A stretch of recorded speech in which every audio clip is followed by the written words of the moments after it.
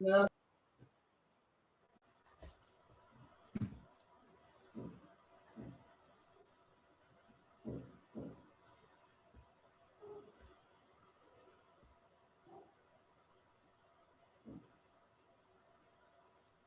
രണ്ട് സാർ കിട്ടിയോ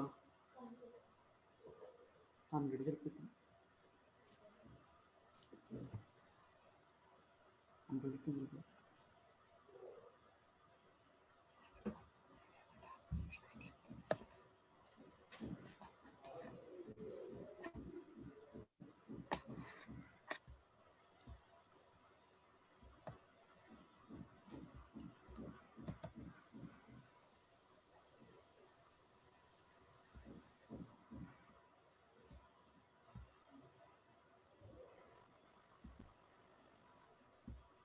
Good evening, children. It's 4:55 right now. We're going to wait 5 more minutes before everybody joins. So just make yourself comfortable and we'll wait for a few people to join before we start, all right? Okay, sir. Okay, sir. Yeah. Okay, sir.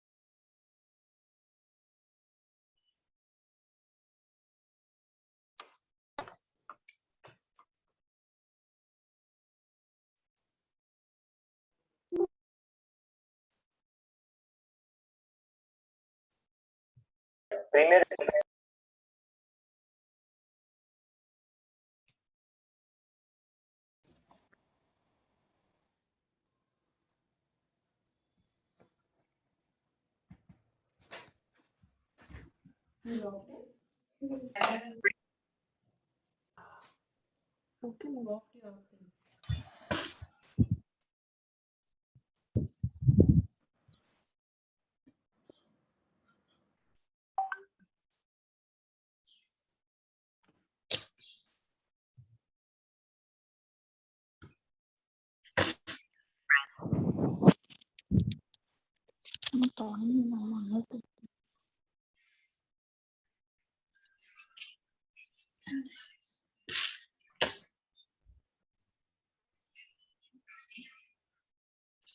Good evening, sir.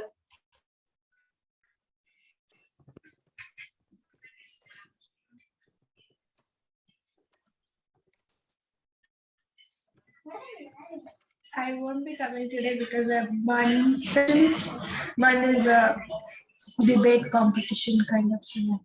Oh, is for teacher? Yeah, Are you crying? I'm not crying. I sneezed badly. I'm having a bad cold and I'm supposed to join. Oh, how long is it? It's gonna go on tomorrow. I may today will finish at 7:45. I have a break. Nathania, can you please mute yourself? Thank you.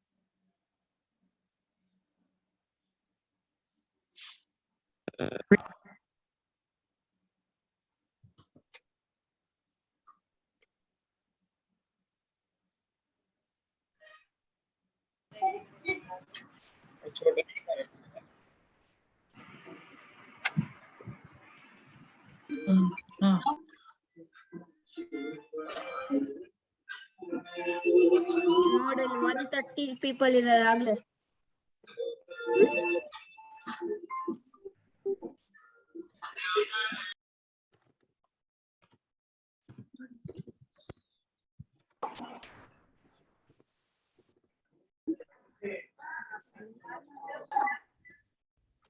Press your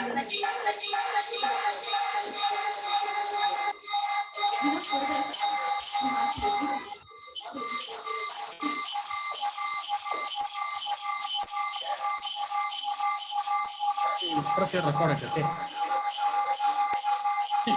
Please mute your mic. Mute yourself, please. Children.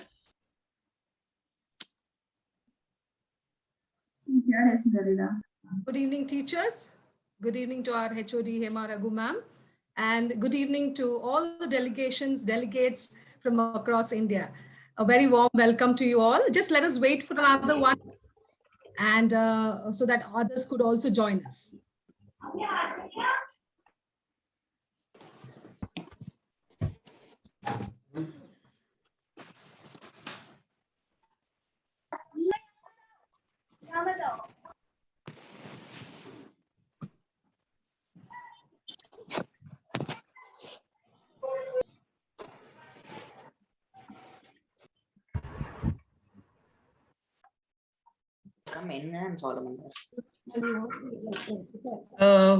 Delegates are requested to rename themselves, please, as your name plus your school. And if you have been given the committee, please, you can put the committee also. Otherwise, just your name and your school will be fine. Thank you so much.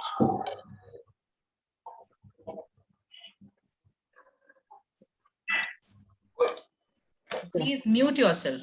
Please mute yourselves.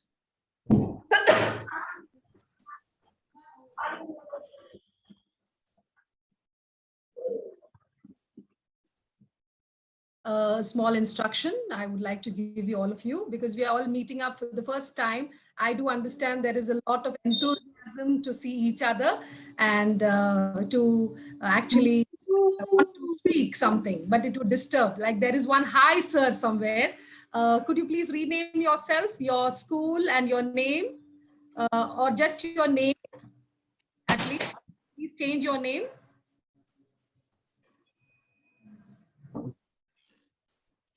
Yes, please change. Everyone. The person. It would be nice if everybody's videos are switched on and you're muted.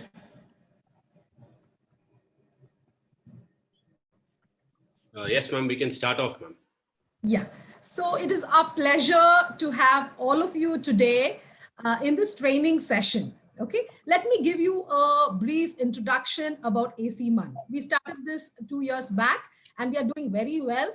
Now we are on a national level. Here you all have joined us and we are going to have fun in this AC MUN. So to begin with today's training session, we have, is there anybody who's having some doubt? I'll just finish and then you can talk, okay? Please mute yourself. So today's Secretary General, AC MUN, Suresh, he's a doctor by profession. Yeah, he's doing his final year medical and he's from Vaidehi Institute of Medical Sciences, Bangalore. His White Swan has reached over 2,500 schools across rural and urban Bangalore in the areas of public speaking, Model United Nations workshops, entrepreneurship, and health. It is his goal to create a significant impact on the lives of those seeking healthier educational experiences by delivering high quality services. We welcome him to this program and we look forward for his motivation to all of you all. Now, before I can start, I have a list of the delegations who are there, who are going to join us in our AC MUN. I would like to welcome all these delegations. St. Claret School, Guwahati, a warm welcome to you all. New Age World School, Bangalore. St. Claret English Medium School, Andhra Pradesh. St. Peter's Secondary School, Meghalaya. St. Claret School, Telangana. St. John's Matriculation Higher Secondary School, Tamil Nadu. St. Claret School, Andhra Pradesh. St. Xavier's Public School, Kerala. St. Claret School, Jalahalli, Bangalore. St. John's High School, Hebal, Bangalore. Vidya Sauda Public School, Jalahalli, Bangalore. Standard Public School, Bangalore. Bishop Sargent School, Bangalore. Ham Atma Vidyalaya, Bangalore. We have Little Flower Public School, Kerala. Okay. And we also have student delegates from Manav Bharati India International School, Delhi. Welcome to Charvi, Tejaswini, Tanishka, Ahana, Harshneet, Barnali, Anima, Akshay, Navya, Tanya, Ridranshi, Aditya, Neha, Rhythm, Ishita, Hashmita, Mayanka. All these are from Manav Bharati, individual registration. A warm welcome to you all. We have Seisha Chikop from Don Bosco School, Karnataka. A warm welcome to you. We have Ria Raghu from KV School, Jalhalli, Bangalore. Warm welcome, Ria. So these are the list of the individual delegates and group delegations. So we are all here to have a good time, have fun, and join in this one with a lot of vigor. Okay, and I now would like Dr. Karan Suresh to take over. Thank you so much for this, ma'am. First of all, thank you so much for that introduction. We are going to start off with something that we've all been waiting for quite a while now. I have a small request before we start, children. First, I want everybody muting their mics. As in when we require people to speak, we will unmute them. And second, preferably, it's not compulsory, but preferably switch on your cameras because it's going to be an interactive session. I'd like to hear what you all have to say as well as just as much as you would like to hear what I have to say. So if you can switch on your videos, that would be great. No. Switch on your audio only when you're required to do so. And I want you to name yourselves like this. Your name, which institution you're from in short, which country you represent, and which committee. I'm going to repeat that. I want all of you all right now to name yourselves like this. Your name, which institution you're from, which country you represent, and which committee you represent as well. If you can take a minute or two to just do that, that'll make it a lot more comfortable for us to identify. Again, name, institution, committee. Okay, for those who did not get it. Miss. Name, institution, committee. In the order.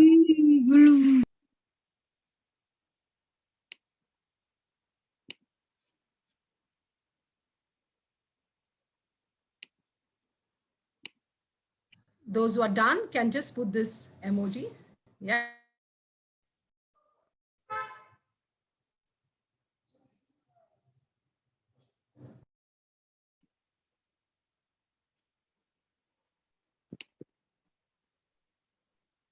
Unmute yourself, ma'am. Preeta, ma'am. Okay, children. I think a good number of them have done this. So we'll start off with whatever proceedings we have to go on with today. First of all, as ma'am had said and given a very warm welcome, I also extend a very warm welcome to all students across various schools and colleges of India. It's an honor to have so many schools from so many diverse parts of India representing us today. And just to give in a little bit more about Anthony Claret Month, this whole concept started 2 years ago. I have to thank and think about Reverend Father Benny Matthew over here, because he's one person who's been instrumental in guiding us and shaping us towards having a couple of students in one class taking part to now being a national month that we're in at its 3rd edition. However, we are celebrating our first national MUN that we have. And we not only choose to give a voice to students, but we choose to establish a brand of MUN that we wish to be pioneers of by facilitating debate as well as ensuring discussion with voices for everybody, no matter which part of society they belong to. So that is our primary intention here. I'm guessing some of you all on the call are people who have been to, or rather delegates who have been to MUNs before, and some of you all are first timers. But my sincere request is, if you've not known what an MUN is, or if you've never been to what an MUN is, don't worry. This is a concept, I've told this time and again over the years, this is a concept that is usually made for adults who are at a much higher level. So the fact that you've even been able to grasp even 40 to 50% of this is great, because you've had a very early advantage. And if you start right now, over the next couple of years, you're going to improve a lot more. So with that, we'll start off. Any doubts, please, two things with people who have doubts. One is please wait for us to finish. And second, preferably put it on the chat box. We can see it as and when and keep responding if at all, if and when need be. So just hold on, children. I'm going to share screen. As I said, any person having doubts or anything else, please wait for us to get back to you, to respond to you, and we'll start off, right? Ma'am, can we start off? Is everything okay? Yes, sir. Mr. Karan. Please go. Everything is okay. Only please make sure that many of them have not even renamed themselves yet. Okay. So yeah, I'll just it is repeat it. Children, I'm going to request you all again. I think a couple of you all have already done it, but I'm going to request you one last time. If possible, please keep your videos on. And second thing is, please name yourself in your name, which institution you're from, country, as well as committee. Yes, okay. I can see a lot more people doing that. And children, one more thing before we start off, there's no reason to be nervous. This isn't a class, or this isn't something where you have to, there's no pressure, right? Do what you think is right on your part, because you're not only somebody who's a student right now. I want you over the next 2 days now, over the training session, as well over 17th and 18th, to forget that you're a student, because now you represent a country and you have to speak as the delegate of that country. Yeah, you are the equivalent of a diplomat of a nation. You have to present yourself well, and the way you present yourself and the way you speak reflects upon your country's status. And you obviously want your country to have a good image. So always keep that in mind. Okay, we have, yes, okay. A good number of them have named themselves. People who haven't, please do so. I think we have one person raising their hands. I'm just gonna. Yeah, there is somebody with P. Yeah. Name is only P. Yeah, I've just asked them to unmute. There is someone who has just a full stop. Okay. So Dr. Karan, please take a look. So children, the ones who are not naming themselves appropriately, we're not going to be able to figure out where you are, and we're not sure as to whether you belong to this MUN or not. If you are a teacher or from another institution, you can put teacher dash institution name, or whatever you are, please put your name dash institution name. Otherwise, we're going to assume that you probably don't belong to this call and take you off. So please make sure we've given you time, adequate time to do this. Please ensure you do that. Turkmenistan.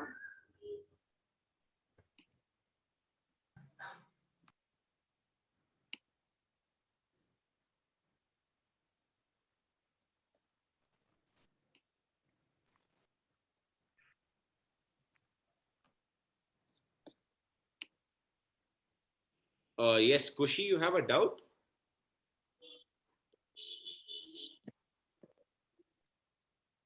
No, sir. All right, no issues.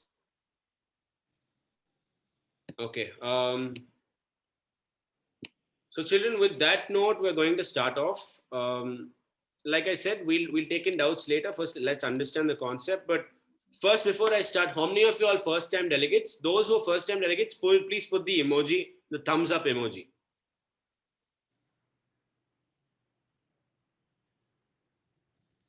First-time delegates, please.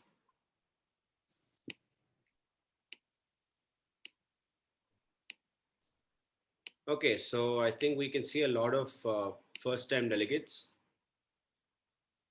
For those of you all who didn't get what I said, I'm asking who is here for the first time at an MUN? Who has not understood or heard of the concept, and who is here for their first time?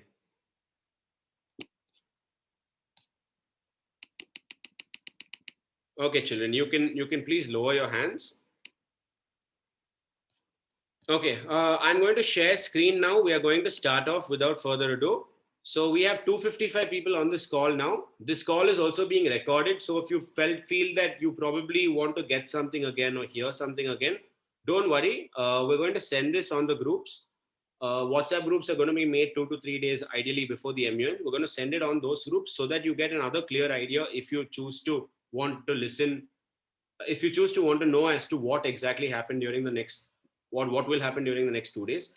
So we're going to start off.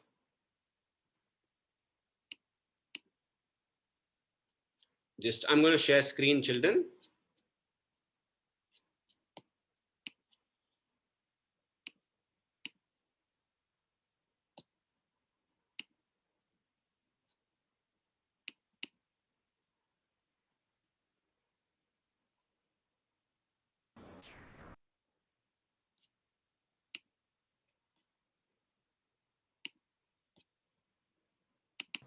I would want all of you all to note down what sir is saying so that you will have a good idea of what he's saying. Yeah. The first time manners, please make a note of few things, what you find is important. Okay. Children, so we are going to start off. First of all, I want to introduce myself. My name is Dr. Karan. I work as a doctor right now at Bangalore, and having been a frontline pandemic worker as well as somebody who's done MUNs for a very long time now, it makes me very happy to know that the lot of y'all that are here have started off very young into debate and discussion, because as you grow older, you will realize that no matter which field or what you're willing to be a part of, you will have to be able to be in a profession or be in a certain sense or a certain mode where you're able to get your point across a lot more effectively, right? Because as you get out of your schools and as you move into higher institutions or to your colleges, you'll understand that a lot of what you have to be is about how well you speak. So please keep that in mind, and we'll start off with that. Who are we? What does White Swan do? This event is in association with White Swan. We are a supplementary educational services group that in the areas of public speaking, leadership management, and Model UN.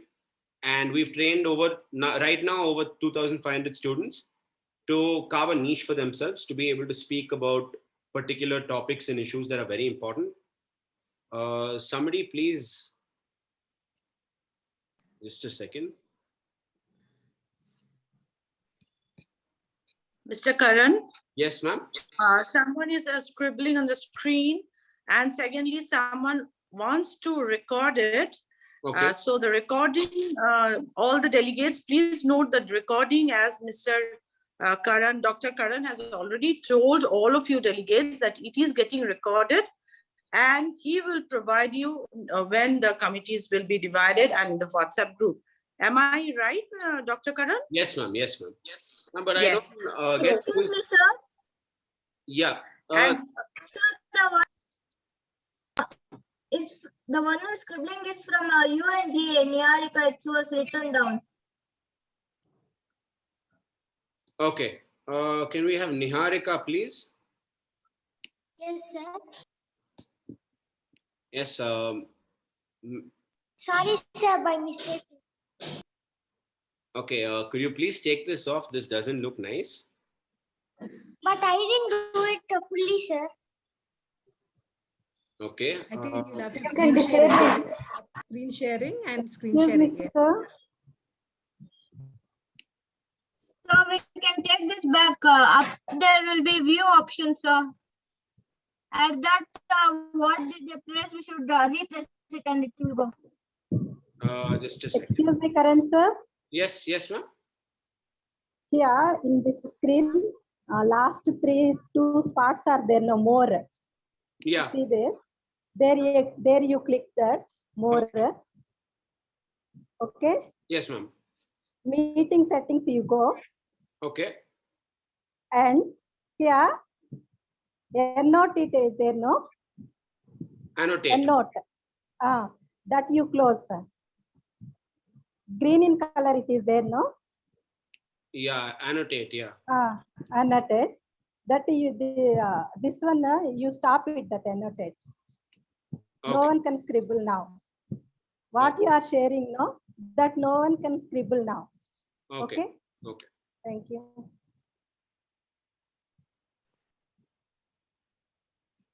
Do we have Amelia over here? Sorry, children.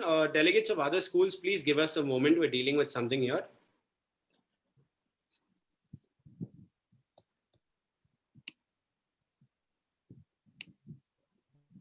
So the screen share has been stopped.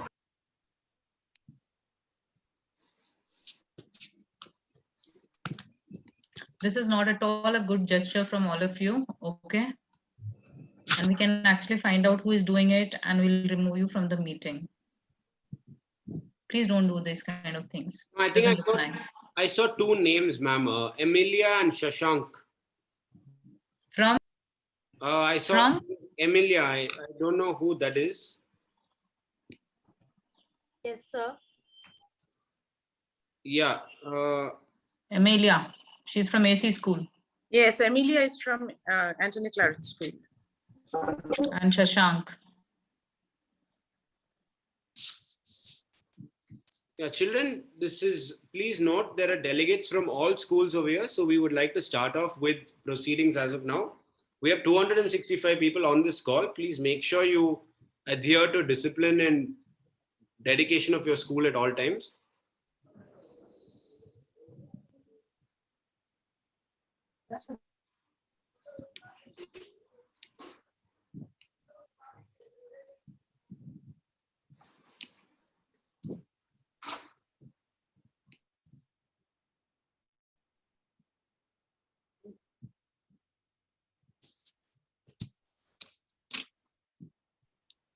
Sorry, teachers and delegates of other institutions, just give us 2 more minutes. We'll start off.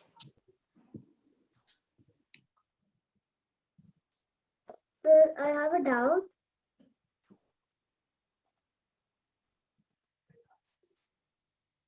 Yes, Advaita, what happened?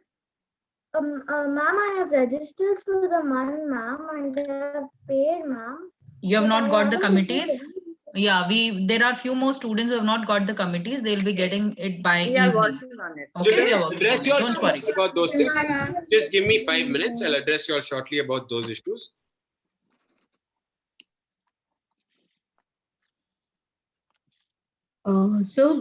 Actually, in the screen share menu at the top of your meeting screen, you have more button. You just need to go disable annotation. Then nobody will be able to scribble it up.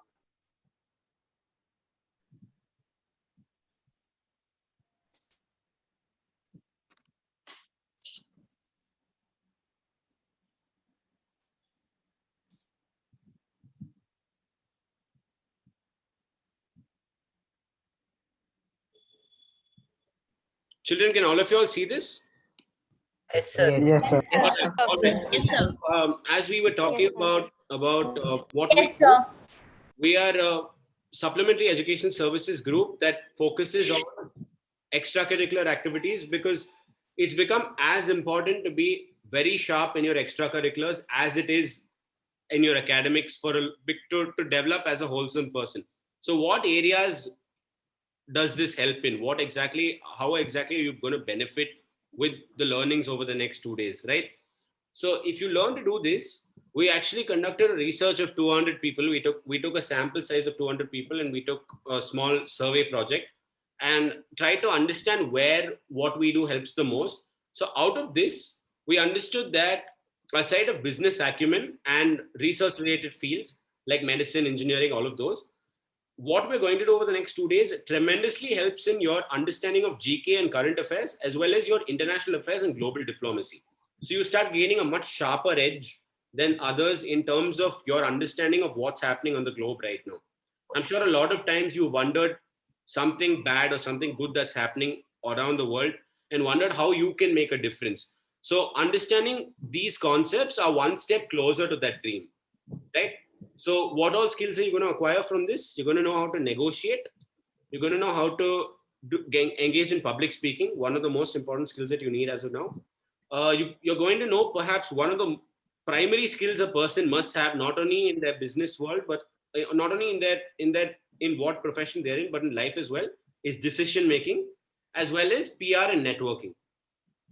So based off this, you're either going to be delegates or you're going to be on the executive board. There's various roles that you all are going to play as time goes by.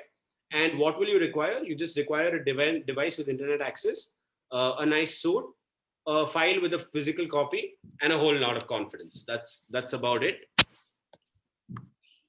Now we will start off with what clearly has to be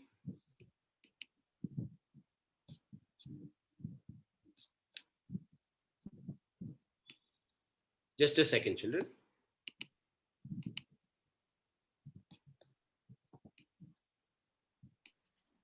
Karan sir, please Yeah. make Arpita Paul your co-host. She will handle all these technical issues. Okay, fine.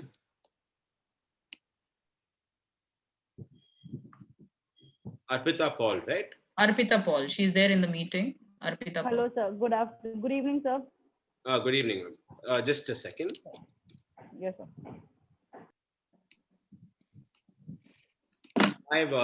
I've done it, ma'am. You can just check. Yes, sir. Okay, thank you very much. Yeah. So now we'll be moving on.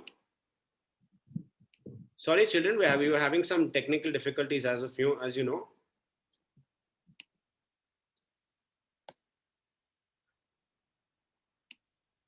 No.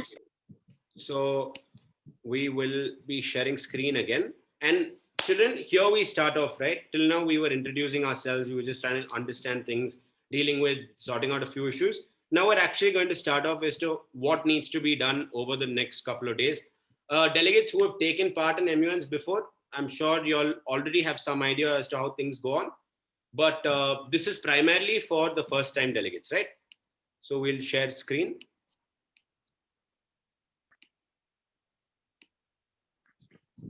All right, delegates. So, so let's begin, right? This is for delegates taking part in Anthony Claret MUN. What is an MUN, right? What are we going to talk about over the next 2 days? It is a simulation or a copy of the UN where each person is called a delegate and represents a particular country. I'll repeat that. So what we're going to do over the next 2 days on 17 and 18 is we are simulating committees of the real United Nations where each person is called a delegate and represents one particular country. Topics to talk about are given beforehand and committees are established so that delegates can speak about world issues such as climate change, terrorism and its ill effects, the COVID crisis, the situation in Afghanistan, whatever topic you've been given beforehand for your committee. And based off that, we're going to use a common format to make sure we come up to a consensus in something called a resolution so that we know what exactly to do to move forward with a particular issue. In short, what we're doing is a mix of world politics, geography, and public speaking. Right? What are the committees that an MUN possesses? Not our MUN, but generally MUNs possess the following: a UNGA, a UNSC, a SOCOM, an ECOSOC, and a CSW. But please note, our MUN has 5 committees. We have the UNGA, that's the United Nations General Assembly, the largest committee often in an MUN. Often, there can be exceptions. We have the United Nations Security Council, the smallest committee, which primarily consists of countries, the 5 permanent countries having something called a veto power, which I shall explain later. You have the WHO, the World Health Organization, which until now wasn't as important, but right now has become probably the most important committee there is. You have the UNEP, the United Nations Environment Programme. As you all know, climate change is an impending crisis and it's something that really needs to be discussed right away. And you have the UNDP, the United Nations Development Programme, so that we know exactly how to improvise on certain areas of the world that aren't as developed as the other areas. So why should I attend this MUN? As I stated before, you learn the following skills. You learn negotiation, you learn public speaking, you learn problem solving, you get an idea about research and awareness. So what will you require for this MUN? You will require a device with internet access, as I stated. All right, so let's start off. International law. I'm sure all of you all would have heard this word international law, right? Children, please Sahil has unmuted. Please mute yourself.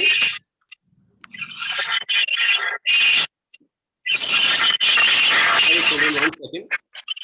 Arpita, please.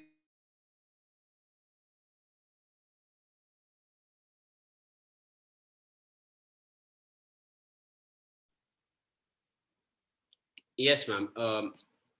Sorry about that, children. So international law, as I was speaking, why do we need, all of y'all, no matter how young y'all are, y'all have heard the word law, right? So what exactly are we dealing with here, right? So look at the left. The picture you have on the left are the pictures of the US system and how they function. So you have the Democrats and the Republicans. So I'm going to throw out a question to any one person. You can choose to unmute yourself. Right now, which government represents the United States of America? You can choose to unmute yourself. You can choose to raise your hands. Democrats, sir. Yeah, you have the Democrats. Perfect, right? Democrats, sir. President of America, which is Joe Biden. Who is Joe Biden? Representing the American system consisting of Democrats, right? So you have the Republicans and you have the Democrats. So in America, you primarily have two parties. And in India, you have a multi-party system. Everyone's heard of the BJP, everyone's heard of the Congress. I don't know if you all have heard of these parties, but there are other regional parties like the Janata Dal, Trinamool Congress, which represents West Bengal, AIADMK, which represented in Tamil Nadu. You have the LDF, which is represented in Kerala. So these are different political parties that, just a second, children.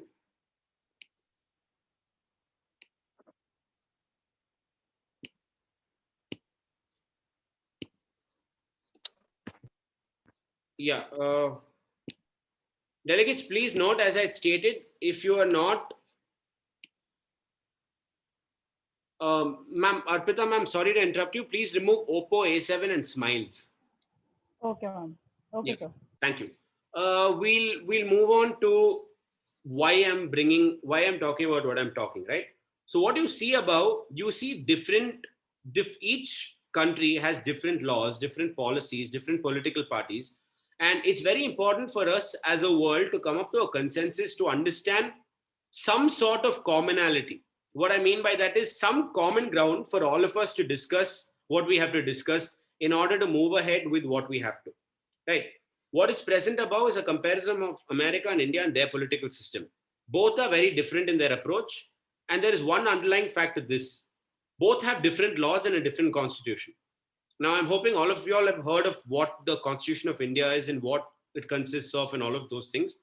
So why are we discussing what we're going to be discussing over the next 2 days? It's because imagine a whole world where there must be so many different countries with so many different laws and so many different constitutions.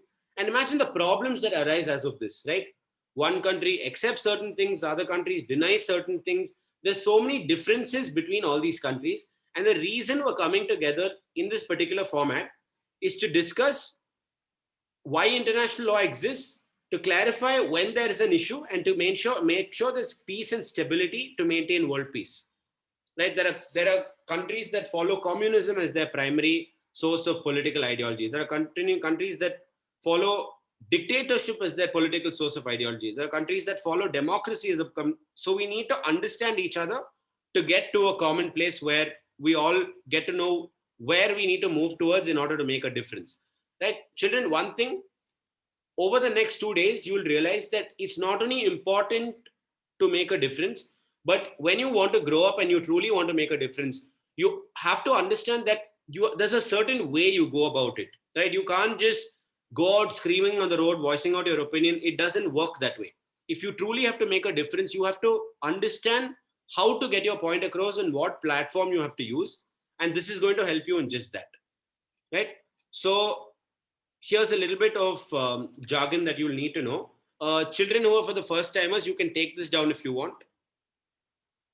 First timers, you can take this down if you want. What are international treaties, right? These are agreements made under law that is upheld by participating nations. They might be bilateral. Bilateral means between two countries. Suppose India and Pakistan have a treaty. That means that's a bilateral treaty. Multilateral treaty is a treaty between many countries. And if a party doesn't oblige to a treaty they're a part of, they can be held responsible for it. Words to know in this are, what is signing and what is ratifying, right? Signing is an agreement between the delegates of countries. Please note, this is not fully binding. Now, for some of you all, if that's confusing, give me a second. I'll explain what that means, right? International treaties are different sets of laws that are accepted by countries that are taking part. So, for example, we have something called the Convention Against the Elimination of Discrimination Against Women. It's called the CEDAW. Now, the CEDAW has articles and clauses which prevent people and countries from taking unfair advantage of women, right? So under that, whatever is made, these are treaties that countries accept to, and once they accept, they all follow that they all commonly follow that. So what do you have to accept with this? You have to accept two things: signing and ratifying. What does it mean to sign a treaty? Signing a treaty means you have read that treaty, but not fully enacted or adopted it. Ratifying means you have read the treaty, you've discussed it in parliament, and once that happens, you are fully accepting it to be in force in your country. That means, suppose you are the delegate of India, you can state that signing a treaty is making sure that you as the delegate have read it. But ratifying the treaty is saying you have read it, you have brought it to your parliament, all of you all have discussed, and now you are ready to put that under local laws. Did you all get that, students? Children, I'm going to keep saying this. It might be confusing the first time. Don't worry. The delegates that you see who are over here for the second or third time were also once first timers. You will get it as time goes. It is a hard concept. Don't worry. I'm going to take you through this. What can I read regarding this? Vienna Convention on the Law of Treaties. You can Google that before the MUN starts, delegates. You might want to know a little bit about that.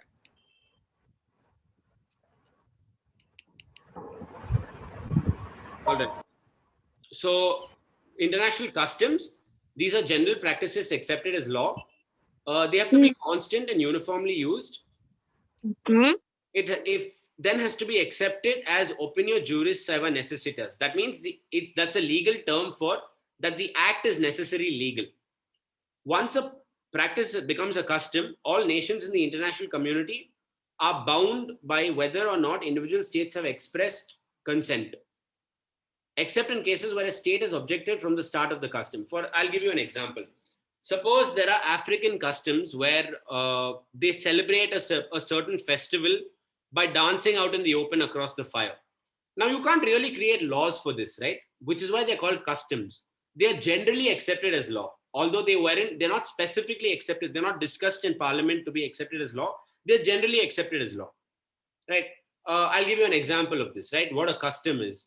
When you see your friend, when you're meeting your friend for the first time, when you're meeting somebody, you say hi, right? You say, or hello, you say, you have a greeting. Now, greeting is not you don't have to greet according to law, but it's called a custom because that's the general practice that is uniformly used. I hope you all get my point. So international customs are the same things, but on the international scale. You can read up on international customs. And for this, it would be good if you read up on something called the Geneva Convention. Don't bother if you don't understand it too much, at least get some idea of it. Right? And then we have international general legal principles. What can you read regarding this? You can read up on what the International Court of Justice is and Article 38 of the International Court of Justice. Take this down, children. You will start getting a much better idea once you start reading up on what all this is.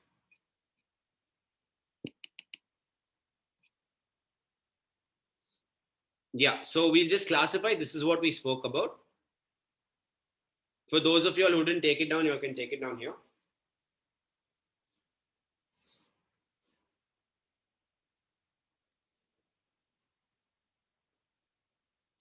Okay, children, are we done? I'm just going to ask Arnav. Yeah, Arnav. Yes, sir. Arnav, is this your first time in this MUN?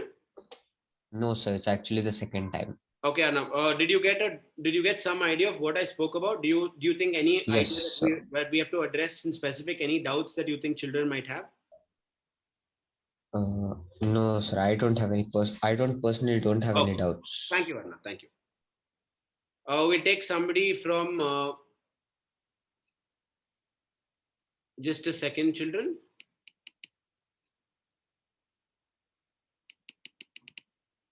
We'll take one of the delegates from St. John's School, Varsha BR. Don't worry, Varsha. Yeah, Varsha, is this your first time at an MUN? Yes, sir. This is my first time. Okay, Varsha, any doubts that you think you would have regarding what I explained? Any confusions or something that you'd like to understand better, or where you feel students did not really understand properly? Yes, sir. I understood personally very better, sir. Okay, all right. Thank you very much, ma'am. Thank you. We have Arpita Christina. Just a second. Yes, Arpita?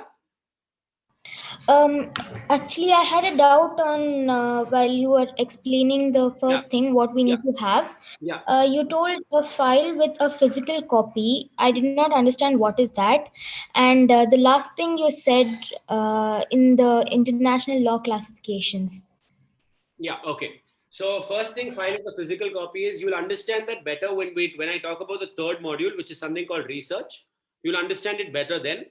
And basically, your physical copy will consist of all the research that you've had over the past 7-8 days in order to speak on the last 2 days of the conference. Right? You'll have a physical binder which will have all the different parts of what you researched, what you read upon, so that you can speak confidently. And the second thing is you had a doubt regarding international law. Which part did you have a doubt regarding? International general legal principles, is it?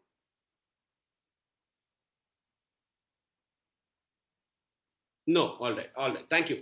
We'll just move ahead.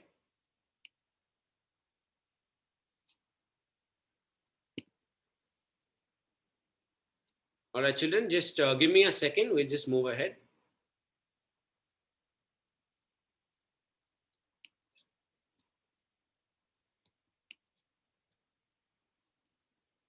Okay, I'm going to share screen again.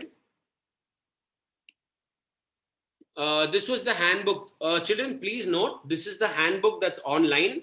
We're going to read off this. If any of you all choose to have doubts or anything, just keep it for the end. We'll take doubts slowly one by one. But right now, first, let's get into an explanation of what we're going to do. So I hope all of you all can see this. Ruben, can you see this? Yes, sir. It's visible. Yes, I can see it, sir. Okay. The White Swan. Yes, sir. Yeah, okay. So we'll go ahead. I don't know how many of you all tried attempting to read this, but as I had stated, this is what we just discussed. Understanding international law by understanding international treaties, international customs, as well as international general legal principles. Now we'll move on to something. I'll come back to all these parts. Position paper. Delegates, this is an important thing to know. Many Model UN conferences will ask you for something called a position paper on the topics before a conference starts to demonstrate the research and knowledge. And these are generally 1 to 2 pages per topic and should have 3 to 4 paragraphs. They should be written from the perspective of the government of your country, including a header and answering the following questions. We'll talk about what they should ideally be talking about. But a position paper is basically a small 1-page document regarding the topic at hand, right? So we're looking at 1 page, Times New Roman, font size 12. And with your heading like this, which committee you're in, which country you are, which topic you're discussing, or which school you're from, right? What should it contain? This is important, children. Please take this down if you're a first timer. Your country's stance on the issue. As in, yes, ma'am? Karan, sir, please go little slow. Just the above part of it. Let them just go through it slowly. Okay, fine. Go little slow. Yeah. The young ones are there, so they'll not be able to understand. All right. I'm sorry about that, children. I'll take it a lot slower. So what all, as I was speaking, what all should your position paper contain? The first thing that it should contain is your country's stance on the issue. That is what your country feels about a particular issue. I'll give you an example. Suppose you are India and you stand against terrorism, then you have to present in your position paper why and how you stand against terrorism. Suppose you are Afghanistan and the topic is the situation in Afghanistan. You're supposed to present your views on that topic in the position paper. What is the second point that you have to know on this? What has your country done about that particular issue? Suppose it's artificial intelligence. We want to know what your country has done regarding that issue. Third thing, what are some innovative approaches by other nations and international organizations to tackle these issues? What are some innovative approaches by other countries and international organizations to tackle these topics that you've been given? Fourth thing, what is the future of the issue, both in terms of what your country thinks about it and for the world as well? And the fifth thing is, what are some solutions in regard to solving this issue? For this, you can read newspapers, you can read previous books, previous UN resolutions, you can quote various sets of documents in order to get to solutions regarding a topic.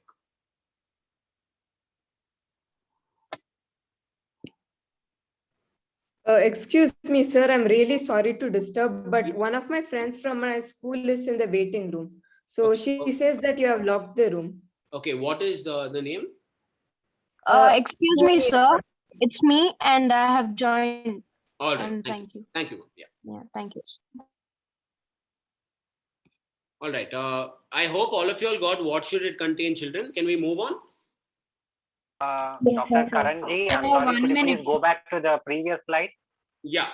Previous slide, I'll just take a screenshot. Yes, please. I think I would suggest even the children can take a screenshot instead of writing please it. go ahead. Please go ahead. Yeah, thank you. Excuse me, sir. Yes. Excuse me, sir. Sir, can you please invite Ashmit in the meeting? He is not able to join the meeting. Okay. Just Excuse me, sir. Sir, I'm here. Excuse me, sir. Yes. Sir, I'm not able to see the presentation, sir. It's fully blank, sir. Black color. It's fully blank, is it? Children, is nobody able to see the presentation? No, sir, we can see, sir. Yes, delegates, whoever is unable to see the presentation, please log out and log in. It happens. Okay, ma'am. Well, Excuse me, sir. Can you little scroll up, sir? Yeah, Ashirvad, is it? Yes, sir. Yeah, please tell me. Sir, can you little bit scroll up, sir? Yeah, okay.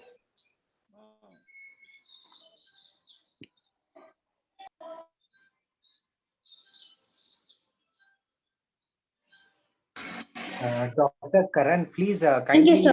maximize the screen. Yeah.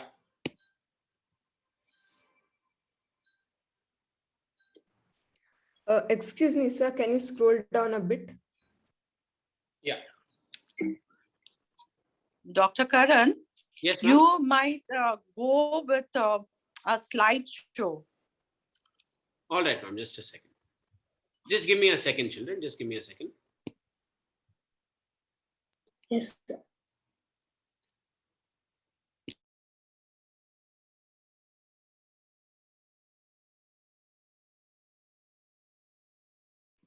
Children, give me a minute. Until then, I want you to read up on something.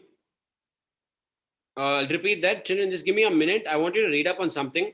I want you to read up on United Nations Security Council resolution numbers.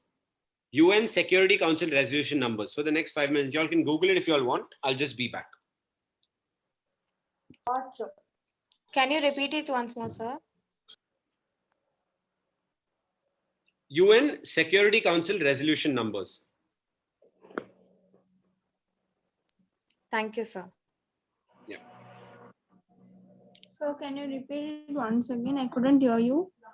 UN Security Council resolution numbers.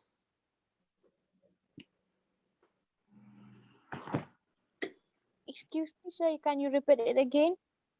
Okay, children, I'm just going to type it in the chat. Dr. Karan, please put it in the chat box. Yeah, I'll just put it in the chat box. Yeah.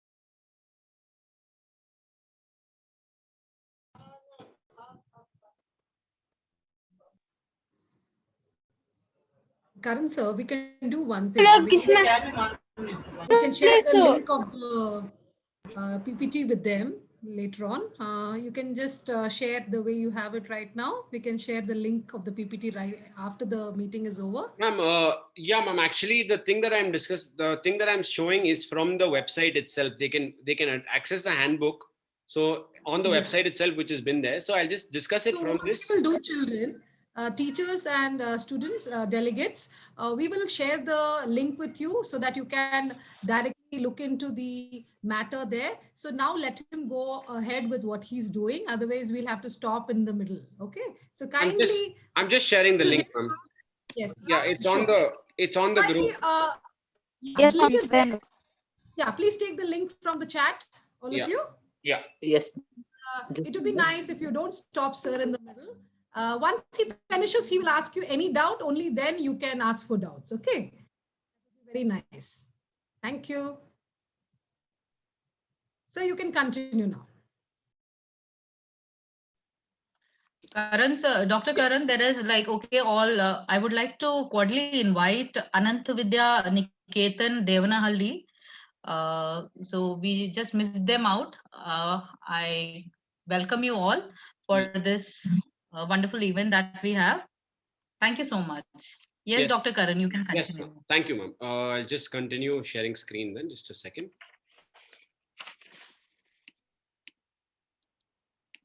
All right, children. So as we were going ahead, we were discussing what should your position paper contain. So please take down, children, please don't worry. As I've stated before, this whole document is from the website under the handbook tab.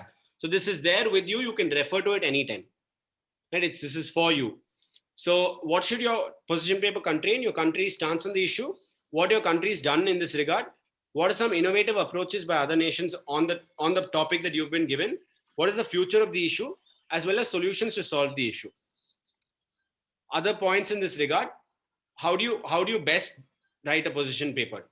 Try starting off with a quote on the issue by a prominent figure, as in a prominent foreign leader. Try putting the country flag on the top right upper corner. Think of something that you could have followed in the news or read in the newspaper that you believe could be a one-of-a-kind, unique approach to solve this. Try adding in a line or two about the problem and add in specific things to a solution, such as legal parts of it, what companies and corporates have been doing to curb the issue, etc. And this is the main point. Could you create a new program or further develop another program? Could you provide aid to an area and at what costs? Will you involve NGOs or peacekeepers? Also read up on how funding to issues happens and discuss how you can improve effective funding and prevent money laundering, corruption, etc. Children, I think this is something you all have to understand. You can Google what money laundering is and how it takes place and what international organizations deal with money laundering. I'll repeat that slowly this time. Please Google money laundering. It is an important topic. Please figure out what international institutions deal with talking about money laundering and how we as a global community try and tackle this. It's very important to understand these things, children. So we'll move on to a sample resolution paper.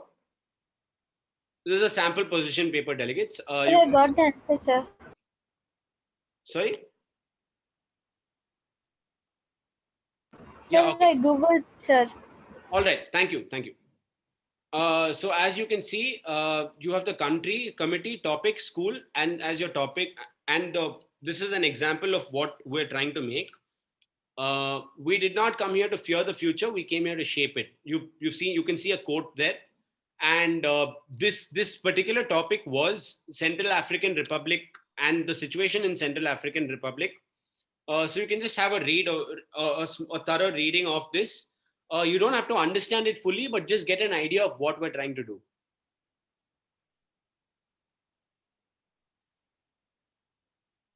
Sir, could you scroll a little bit up? Yeah.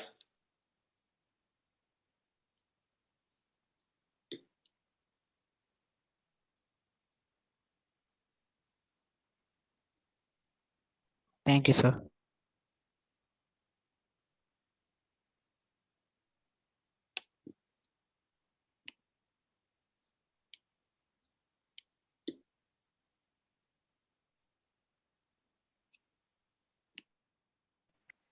Sir, I'm not able to see the presentation and it's full black on my screen. Ma'am, I think you Delegate, will. please. Yeah, please, ma'am. Go Delegate, ahead. please log out and log in. You will be able to. Yes, ma'am.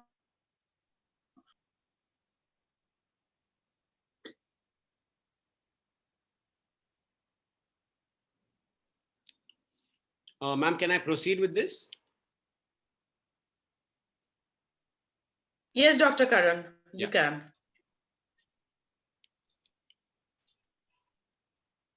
You can either go for a slideshow as well. Okay.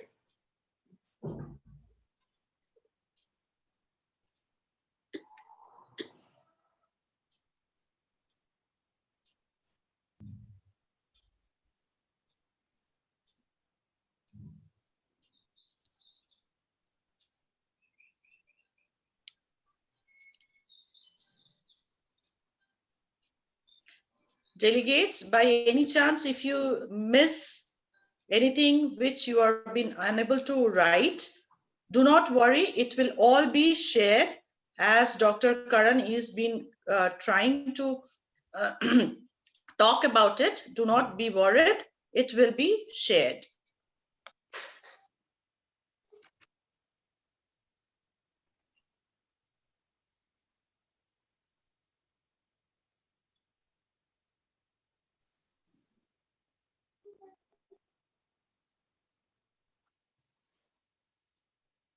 Yes, children, I'm just moving down.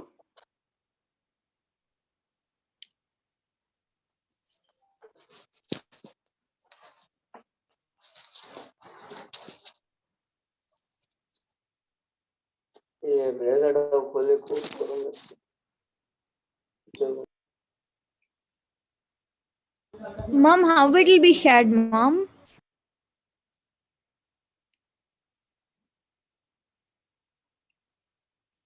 We'll be Sai Nikita, sharing it in the drive. Huh? Sorry, Karan. yeah, ma'am, it's Sai Nikita, was that you? Yes, sir. Okay, so two things. One, you have it on the chat, though there's multiple ways you can access this. Two ways. One is it's on the chat box. You can directly click the link. It'll take you to this. The second way is anthonyclaretmun.com, our official website. You can go on that under the handbook, under resources tab, you have the handbook. You can click on the handbook and this opens. So it's for your reference anytime. You don't have to take pictures. You don't have to write down points. You can use it anytime. You can directly copy paste. You can do whatever you like. Yes, sir. Thank you, sir.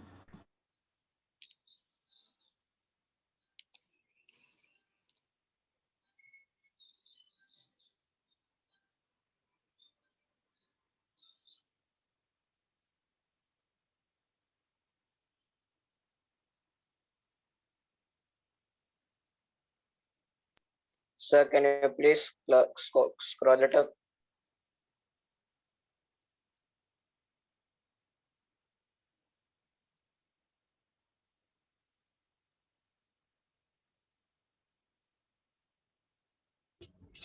Sir, can you please share the first PPT which you showed, sir? Yeah, I'm sorry. First PPT which you showed, sir, at the beginning of the meeting. Can you share it, sir? PPT? Yeah, I'll share that with you. Yes, thank you.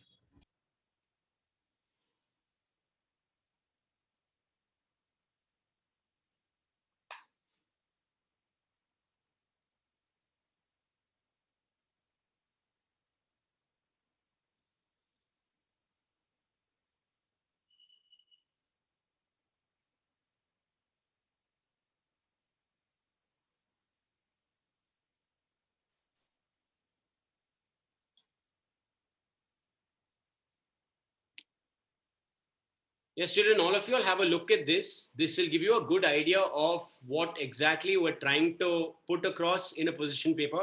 It doesn't have to be this effective or this in place, but at least get a small idea. Like I had said, even if you absorb 50% of this, you'll get some idea of how to move about as time goes by.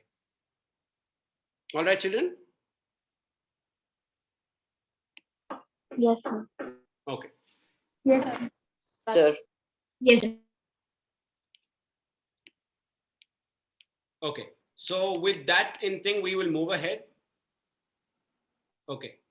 So children, the next couple of slides that I'm going to show you are more important than the others. This is one of the most important slides. How are we going to research? What is research? What are we going to do? If this is your first time, how do you go about things? How you'll start off is, you'll start off with, just a second. All right. So firstly, you'll start off with researching what the history, structure, and how the UN works. What is the UN? What do they do? When was it started? What are the organs of the UN?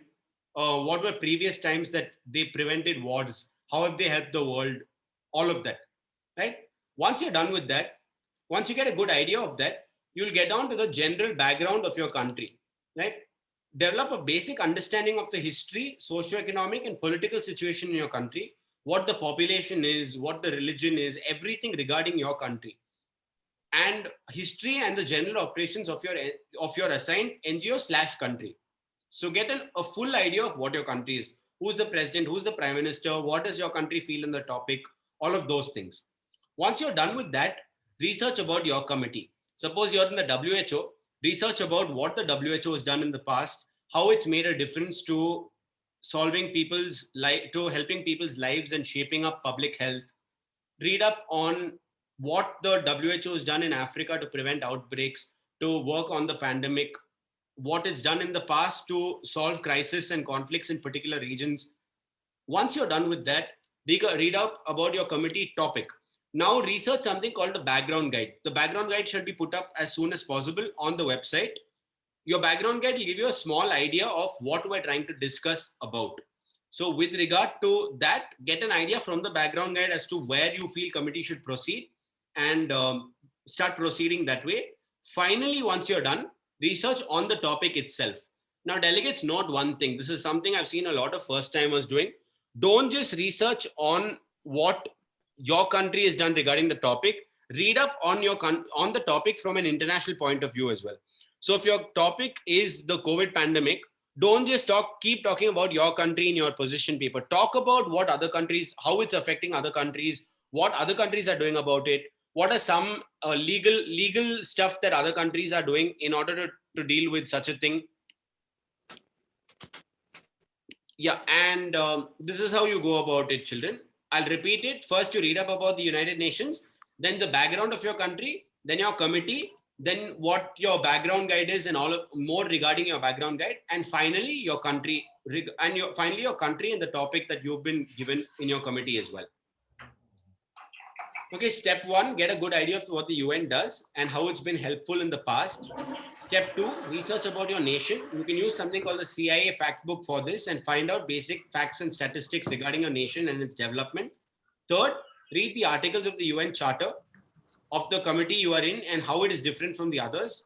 Fourth, read the background guide and pick up key clues the delegates want to speak about, such as using Wikipedia, but not as a source of proof or allegations, or you can use the following websites. Children, take this down. These are taken as credible sources of proof. REUTER is Reuters and Amnesty International. These are Human Rights Watch, Reuters, Amnesty International. These are reputed journalist organizations that have very good news. And children, this is very important for you, not only now, but through life, because we live in an era where there's a lot of fake news running on WhatsApp and things like that. So these are generally organizations, generally speaking, they adhere more to international credible news. So it's important to read up not just on news, but to see what is right and distinguish what is right from what is wrong. Dr. Karan, but as soon as for any kind of news, we always look into Wikipedia, right?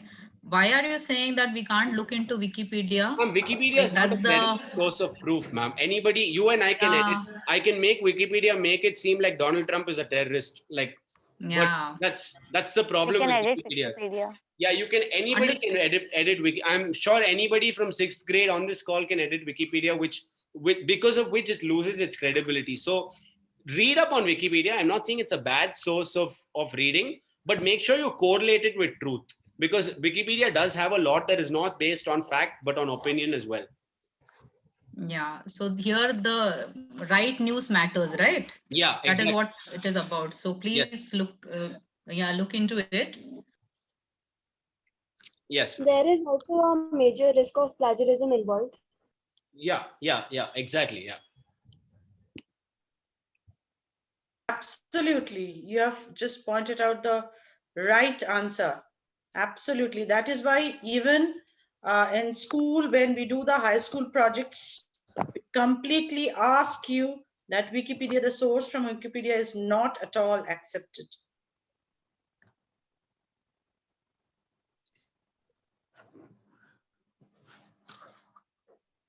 Ma'am, in Amnesty International, it's there, ma'am, about COVID-19. Yeah, you can read up on that, Ruben. That'll give you a much better idea of things if COVID-19 is your topic. Yes, sir. Yeah. Okay. So mine is UNEP. All right, delegates. Credible sources of information. You can read up. So UNEP is all about production. Sorry, which delegate is that? So UNEP is actually about production, no sir? Yeah, sustainability. Yes, yeah.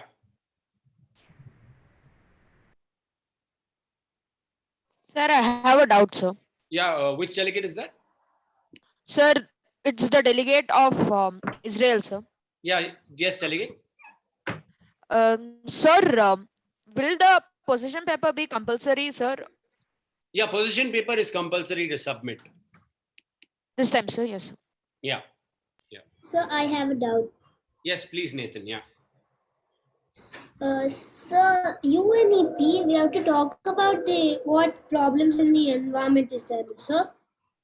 Yeah, based on what topic you've been given. I think your topic for the UNEP is just a second. Finland, sir. No, that's your country. I'm talking about what topic you've been given to discuss. The topic for the UNEP, if I'm not wrong, was innovative ways to achieve sustainable consumption and production. So basically sustainability, Yes. that is your primary topic. Okay. Yeah. Excuse me, sir. Yes. Sir, like my topic is reviewing the current situation in Afghanistan. Sir, if I am going to have any country, I am going to speak in the favor of it or in the against of it. No, ma'am, there's no for or against over here. You're always in favor of your own country, right? Because you're representing your country. You are the leader of Afghanistan. So you have to speak on with regard to what your country is going through with regard to that topic. Sir, we have to answer, we have to go through like my country, how my country is helping Afghanistan in their current situation. Yeah, Am I right? Then diverse things, how the topic is affecting your country, what you're doing about it, how the world is being affected by it, how it's impacting economic, social spheres, how the people are dealing with it, how a company is trying to deal with it, all of this. Okay, sir. Thank you, sir. Yeah, thank you. Dr. Karan, I Yeah, would yes. suggest you just make it very clear with the delegates that the country they are representing, they have to behave that they are actually the citizen of the country.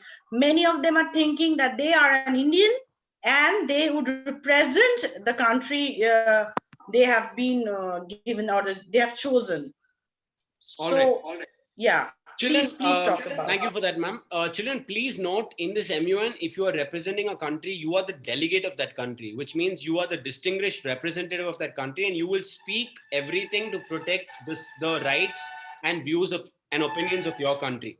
So make sure that you don't fall out from this. There's no concept of going against yourself. It doesn't work that way. You have to make sure that no matter what, you stick by your stance. You stick by what is right and wrong according to what your country thinks is right and wrong. So make sure you always keep that in hand. Now, credible source of information are country. You can just take this for to research countries. Sir, I have a doubt, sir. 1 second. We'll take in doubts later. Just a second after this. Okay, CIA World Fact Book, any nation's bilateral relations fact sheet, and BBC News Country Profiles. For agenda research, you can read up on Reuters, UN.org, Human Rights Watch, Amnesty International, Transparency International regarding corruption, International Monetary Fund, that is IMF, World Bank for economic related world issues, International Court of Justice for legal issues, that is law related, other UN bodies such as WTO, World Trade Organization, WHO, World Health Organization, and RAND.org. RAND is not a credible source of proof, but like Wikipedia, you can read up on various things regarding it. Yes, Ruben, you had a doubt? Sir, my doubt is that, sir, in UNSC, sir, why are there 5 permanent members only, sir? So this was discussed during the beginning of the UNSC that these are the members that primarily contributed to the formation of the UN as such. So they believe that they should get, it is unfair in a way, and this is a topic for another day, but they believe that the countries these are the 5 powerful countries that should get a upper hand rather than other countries because of their economic power as well as their standing, their military might and standing in the world. So that's why they have a veto power in the Security Council. Okay, sir. Yeah. Excuse me, sir. Yes. Yes. Who's that? Sir, this is Srihari, sir, the delegate of Ivory Yes, Coast Srihari. in Yes. UNDP. Yeah. I can see. Yes, Srihari. Tell me. Yes, sir. So I have been elected as the vice chair of UNDP, sir. So Yes. I have never been a vice chair before. So what are the functions Vice of the chairs, I will vice? address you all separately. Right now, this for delegates, I'll address you all separately. Just keep that in thing. Finish this. I will get back to you all as soon as possible. Yes, sir. Yes, All sir. Sir, I have a doubt, sir. Yes. Is that Yalini? Sir, this is the delegate of Israel, sir. All right. We'll take Yalini after that. Yeah, delegate of Israel, please tell me. Sir, which are those countries that have the special standing in UNSCs, sir? The P5, the permanent 5. That is China, France, UK, USA, and Russia. Yes, sir. Thank you, sir. Yeah, I think Richmond, right? Sir, what were those countries that you told about, sir? They are the P5s, the permanent 5s. You can just Google that as well. You might want to read up on what that is. Excuse me, sir. Excuse me, sir. Yes. Yeah, Yalini, we'll just take you 1 second. I think she was waiting. Yeah, please tell me. Yes, sir. So, as I'm a representative of UNDP, so my agenda was like to speak about the refugees, their movement in Africa. Sir. So, should I only speak about Africa or Yes, even yeah. my? This when it's given a particular continent or a particular thing. Now that it's Africa, yes, you will primarily be speaking on that topic in Africa, unless specified otherwise. Excuse me, sir. Sir, the Mun has given me a particular country also. Yeah. So, should I speak about the Equatorial Guinea in Africa, sir? Yes, yeah. You can speak about your country's rights on the topic as well. Okay, sir. So I should speak about both Africa and my Yes, country. that's right. Exactly. Okay, so thank you. We'll take Jocelyn Maria next. Please, Jocelyn. Yes, sir. Actually, I have to speak about UNSC, that is reviewing the current situation of Afghanistan. Okay. And the country which I'm given is Kazakhstan. So, which should I speak about, or Afghanistan or Kazakhstan? Ma'am, see, you are the delegate of Kazakhstan. You should be well aware of the topic that Afghanistan is facing, as well as your relations with the topic. So both are important. What the topic is, as well as how your country is related to it. Okay, sir. Thank you. Yeah, yeah. Excuse me, sir. Yes, who is that? Sir, this. Yes. Excuse me, sir. Yeah, you. I think Richmond is. My screen plus presentation is blank. Can you? I think you'll have to log in and log out, ma'am. Log out and log in. I'm sorry. Okay. Now, okay. Excuse me, sir. Yes. Sir, I'm Rohit. Rohit, please tell me, Rohit. Please tell me. Sir, are there any particular benefits or responsibilities for P5 countries? Yeah, there are. You ideally have to, as a P5 country, exercise your veto responsibly, as well as make sure that you adhere to your country's foreign policy a lot stronger than the others too, because you usually have a very strong say on the topic. The P5 countries are some of the most important countries there are. So you should have a stronger say on the topic than the others. So yeah. Excuse me, sir. Excuse me. Excuse me, sir. Okay, children, then do one thing. Keep your doubts. Email it to me. As of now, I think we have 15 more minutes for a break. So email it to me. I will just send you my email. Just a second, children. So next class at present we have to go on, sir. I'm sorry? So next class, also next section, we can ask our doubts, sir. Yeah, based on time paucity, you will be allowed to. But if we don't, then you can just email me on the following. I've sent it on the chat box.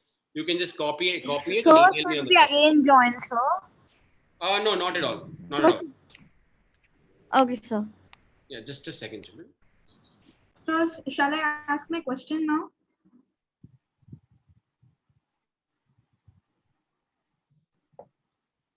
Delegates, as Dr. Karan has already specified his mail ID, you might be having numerous questions. You can mail him and he will definitely get back to you. His mail ID has already been provided in the chat box. Kindly note it down and then mail him. Yes, delegates, as ma'am had said, you can note it down and mail me. We will move ahead. We have 15 more minutes in this session. So, okay, children, this is important as well. What is a general speakers list? So try addressing your general speakers list in this format, right? What is general speakers list is? It's a list of names. It's an inexhaustible list, as in a continuous list continuously with all the countries' names, based on whether you choose to give your name or not, of every country that wishes to speak about the issue at hand for 60 or 90 seconds. What will this consist of in your GSL? A short quote, one problem that the agenda has caused in your nation, one law or feature enacted by your country or another country to counter this problem, any Security Council resolutions with regard to this on how the issue affects other global issues, and innovative solutions to counter this problem. It's usually a 60 or 90-second speech. So in a general speakers list, suppose you speak for 60 seconds, or suppose you're supposed to speak for 60 seconds and you've spoken only for 40 seconds, then you can do one of the following three things. You can yield back to the chair, which means that you're done with your speech, you don't want to go ahead and the next person can speak. You can yield to comments, based on which people can ask you comments, and you can yield to questions and comments, based on which you are allowing people to ask you questions and comments. I'll repeat this. In a general speakers list, if it's 60 or 90 seconds and you've spoken lesser than your time limit, then you can do one of the following three things. You can yield back to the chair, which means that you're done speaking and you want to move on. You can yield to comments, which means that you want delegates to comment on what you wish to say. You can yield to questions and comments, which means that you can ask people to question you. You can ask delegates to question you. All right, delegate. Sir. Sir, you're not Can you repeat once more the points which are to be done? You're not presenting the screen. Sir, you have not presented the screen. Yeah, 1 second. Yeah, I think you can have a look now, right? No, Sorry, sir. No, sir. No, sir. Hold on, just a second. Just give sir a moment. He will present. Yeah, I think now you all can have a look, right? Yes, sir. Yes, sir. Yes, sir. Yes, sir.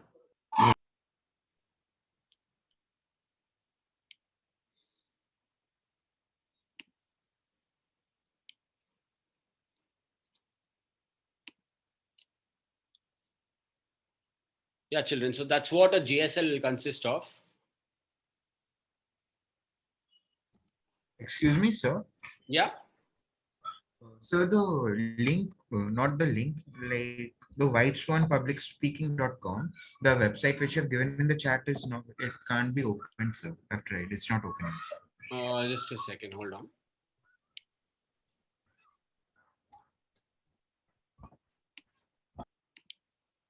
I'm just going to stop sharing just a second. Oh, sorry. Take this down. Take this down. I'm sorry. I sent the wrong one. It's White Swan Public Speaking at gmail.com.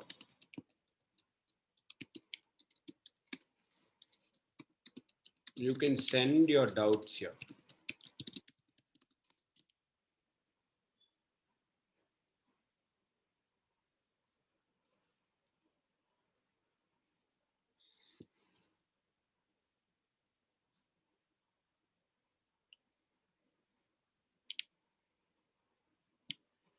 All right, children, we'll take this on again. We have 10 more minutes in this session. Okay, general guidelines. Don't feel like your country is too small. I know a lot of people who've been texting me saying, sir, I got a small country or I didn't get the right country. There's no right or wrong country. You can make sure you speak about, I've gone to MUNs where delegates of Tuvalu, delegates of Micronesia, Polynesia, countries you've not even heard of have won best delegates. So it's never about which country you are. It's about which country you wish to be. It's about which country you wish to be representing in your head, right? The UN was founded on collaboration and principled hard work, and go on giving solutions, caucus topics, etc., no matter which country you are. Use the unmoderated caucus to give and receive. I'll explain what these things are, but just get an idea of it. Use the unmoderated caucus to give and receive information to better your points. Do not merely print out your research the day before and rely on reading it in committee. Read it multiple times to get a fair idea. Conduct research even in the allied fields, no matter what the agenda is. Look at bringing up the same issue from a legal, social, and health and economic perspective. Do not let a more experienced delegate bully you into siding with him, and do not lose out on motivation. Make sure you read the background guide before the MUN. Look up resolutions, treaties, and conventions in regard to what you're talking about. Use think tank publications, blogs, and Google scholarly articles for your issue at hand. Do not write down your speech verbatim. That is, don't write down your speech fully. Write it down in the points, in short forms in points, and give it just give it a glance just before you speak. And don't be afraid. Confront your fears and ask all your doubts in your head that you think are silly. And don't get conscious just because your classmates are around. All right, children. When we are back, we are going to take a break now. I'll tell you how this works. We'll take a break for 15 minutes. When we're back, we will be starting off with format. It's the most important part of what needs to be discussed. I don't want you going off the call. You can just mute your audio and video. That's it. And you can come back. It's 6:21 now. You can come back by 6:35. Okay, Yes, sir. sir. In this link also, Okay, sir. we should come back, sir. Okay, sir. Thank you. Thank you. Excuse me, sir. Thank you, sir. Yes. Thank you. Sir, in this link, we have to. Oh, 7 o'clock, sir. sir. Yes, 7 o'clock, sir. You're coming back here at 6:35 p.m. Okay, ma'am. In this link only we should come back, ma'am. Yes, yes. Okay, thank you so Ma'am, much. for 7 o'clock should we come, ma'am? 7 o'clock? 6:35. You Okay, need to sir. rejoin. Okay, ma'am. Are we going to leave the meeting just Okay, ma'am. here by muting our audio and video? Are we supposed to leave the meeting or we have to sit here laughing and You muting can and leave the muting? meeting and you can rejoin. Okay, ma'am. Okay, ma'am. Thank you, ma'am. Thank you, ma'am. Okay, ma'am. Thank you, ma'am. Thank you, ma'am. Excuse me, ma'am. Excuse Yes, me, ma'am. Debbie. Thank you, ma'am. Ma'am, where will the recording be sent, ma'am? It will be sent to the groups. Let the group be formed. It will be sent. Okay. Okay, ma'am. Ma'am, sir told just to off the mic and stop the camera and just come back, ma'am. So can I do that, ma'am? Did he tell you to switch off your audio and video? Yes, ma'am. Sir told that you can just switch off your audio and video Yes, and come back you at can 35. also do that. Or you Okay, can ma'am. also join in. Okay, Ma'am, what is the next time? Ma'am, when is the next time we should join again? I told you 6:35 p.m. You have to rejoin. Good evening, ma'am. Thanks, ma'am. Will tomorrow's sessions be the continuation of the same? Or will Tomorrow's it be... sessions will be even more, there will be more discussion. It's not continuation, it's more discussion. So, ma'am, we Excuse only me, ma'am. join one or both? Pardon me? okay to attend only today's session, or is it compulsory even to attend tomorrow's? Tomorrow's session is also required. It's 2 days session.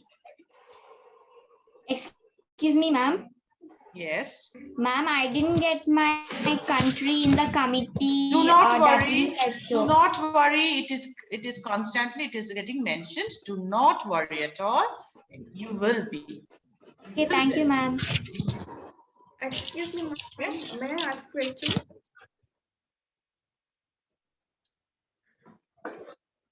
Excuse me, ma'am. Tell me. Ma'am, we have not particularly sorted into our countries, ma'am. We are from Bishop Sargent School, Tumkur, and we didn't get any countries, ma'am. And this is the first session that we are attending, ma'am. Bishop Sargent School, you will be. Your name is Tumkur. Tanmay Annapurna, right? You will get it. Do not worry. Yes, ma'am. Shampa ma'am? Yes, Can ma'am. You will, your names, your countries will be allotted, okay? Yes. Fine. Because you have joined at the end, no? So we are working on it. Yes, we all are working on it. So do not worry. Join the session. The training session is very important. Please join it. It's very important for you for your 17th and 18th. How the And month. Kriti. 1 second, just a second. Excuse me, ma'am. Yes, ma'am. 1 second, child. I'll get back to you. Okay, ma'am.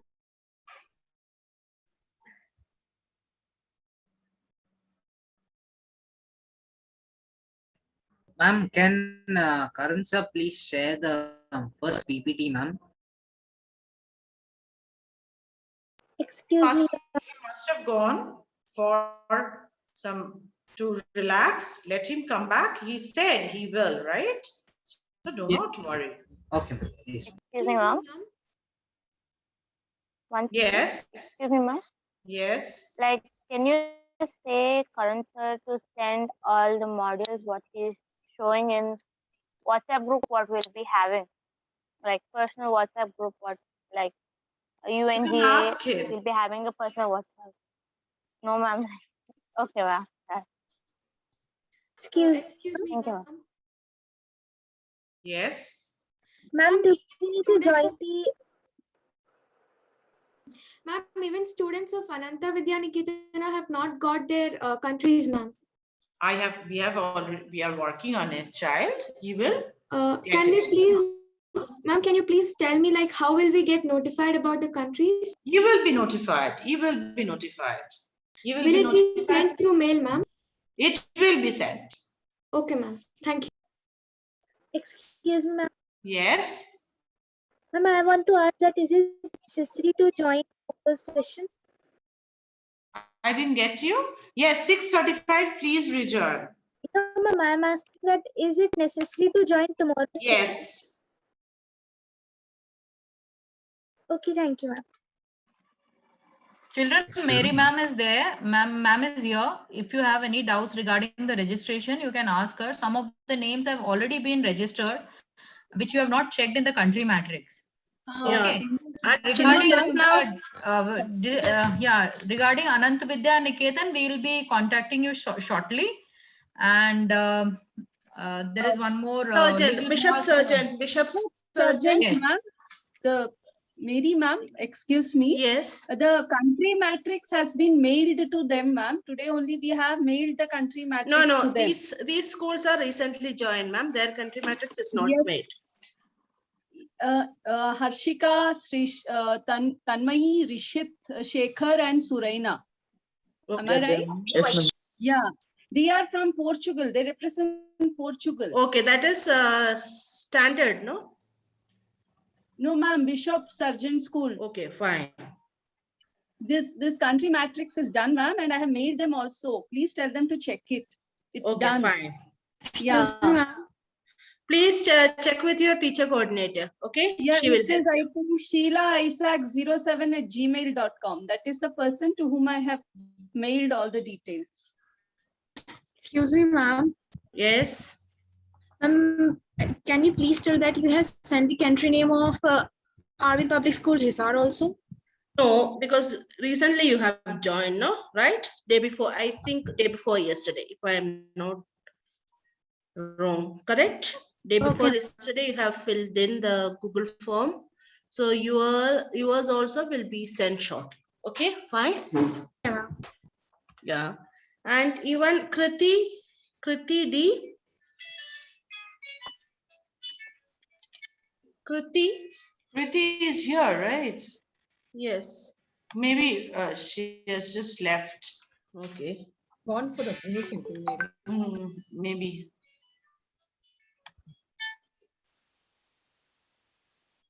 Any other doubt? No, ma'am. Excuse me, ma'am. Ashirvad, please put your name along with your country matrix. Please do it that way. And the name of your school, like others have done. Ashirvad is Sure, here. ma'am. Are you listening to me? Yes, ma'am. Yes, ma'am. I will do it, ma'am. Excuse me, ma'am. Yes, Shubarno. Ma'am, my name is not there on the country matrix yet. Ma'am, so how likely is it that I'll be getting the first choice, ma'am? First preference for the When did you enroll? committee? He has enrolled, I think, day before yesterday, right, Subarno? Yes. So Yes, ma'am. if you have enrolled so late, Shubarno, it means you preferably the teachers will try their best to put you the country that you have preferred, but there is also a but because you have just enrolled yourself a couple of days back. Am I right, Mary ma'am? Yes. I don't have, actually, particularly, I don't have a problem with the country, ma'am. I have a problem with the committee. That's what Subarno, because you have enrolled late, no? Correct? Yes, ma'am, I enrolled a bit late. So That is- Okay, we'll ma'am. try our best, okay, but we can't assure you that you'll be getting your first choice, okay? Okay. Excuse me, ma'am. Yes. I'm going to speak about WHO, coronavirus, at present in our country. Okay. What are the precautions we have to take? It's increasing a lot, and we are losing our schools to going to the schools, and the education is not much better what we are studying in school. So what So are again, the Deepshana, you are from which school? I'm from St. John's. Okay, you John's can discuss it with Sir Karan sir when he logged in. Okay, you can. No, Deepshana, other than that also, Dr. Karan is providing you with all the links and he is providing you the research that you have to go through, and that way you can prepare yourself and then only you'll be able to speak about it. Okay, that's all are getting provided, and also you will get it in the official website. Excuse me, ma'am. So yes, if you are having any doubt, we can provide You can a mail mail address. Dr. Karan. you can mail it. You can mail. Okay. At present, we should not ask. When he log in, we can't able to ask our ma'am. Otherwise, we can ask now. When he logged in. Yeah. No, you can mail him. Okay. So delegate, please mail him. The mail ID has been provided. He will reply. That is what he said. Okay, ma'am. Excuse me, ma'am. Yes. What is your name? Ma'am, Divya, ma'am. From Ananta which school? Vidyaniketana School. Okay. Yes, Divya. Ma'am, we the students of Ananta Vidyaniketana have not been allotted with the countries, ma'am. Yeah. Yes, we will be doing that. Okay. Okay. Within 1 or 2 days, you will be intimated regarding that. Okay, Okay. ma'am. Yeah. Ma'am, Bhumi here. Ma'am, hard out. Yeah. Ma'am, so we have been allotted the country matrix and the committees. So is there any chances of that being changed or is that permanent? No, it will not change. If it is already been allotted to you, that is going to be your country matrix and the committees. Yes, Okay. ma'am. Thank you. Excuse me, ma'am. Yes. And this is Trayansh.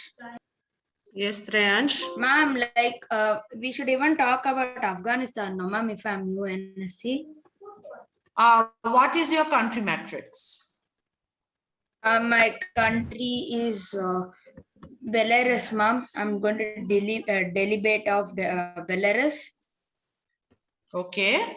And we should even talk about the Afghanistan, ma'am, because I'm in UNSC, no, ma'am. It depends. It depends.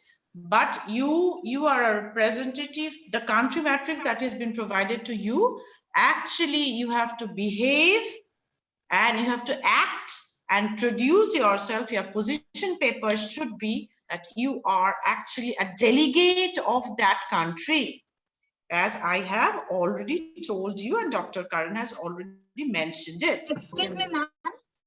I'm delegate of Kuwait. It's Kuwait. Kuwait, Yes. ma'am. Yes, And yes, yes, yes. ma'am, should we talk about Afghanistan? Yes, ma'am. What we should talk about Afghanistan, ma'am, because the topic is reviewing of Afghanistan. Yes, then you have to. Ma'am, I am Charlie, and I have a doubt regarding my matrices. Shall I ask? Yes.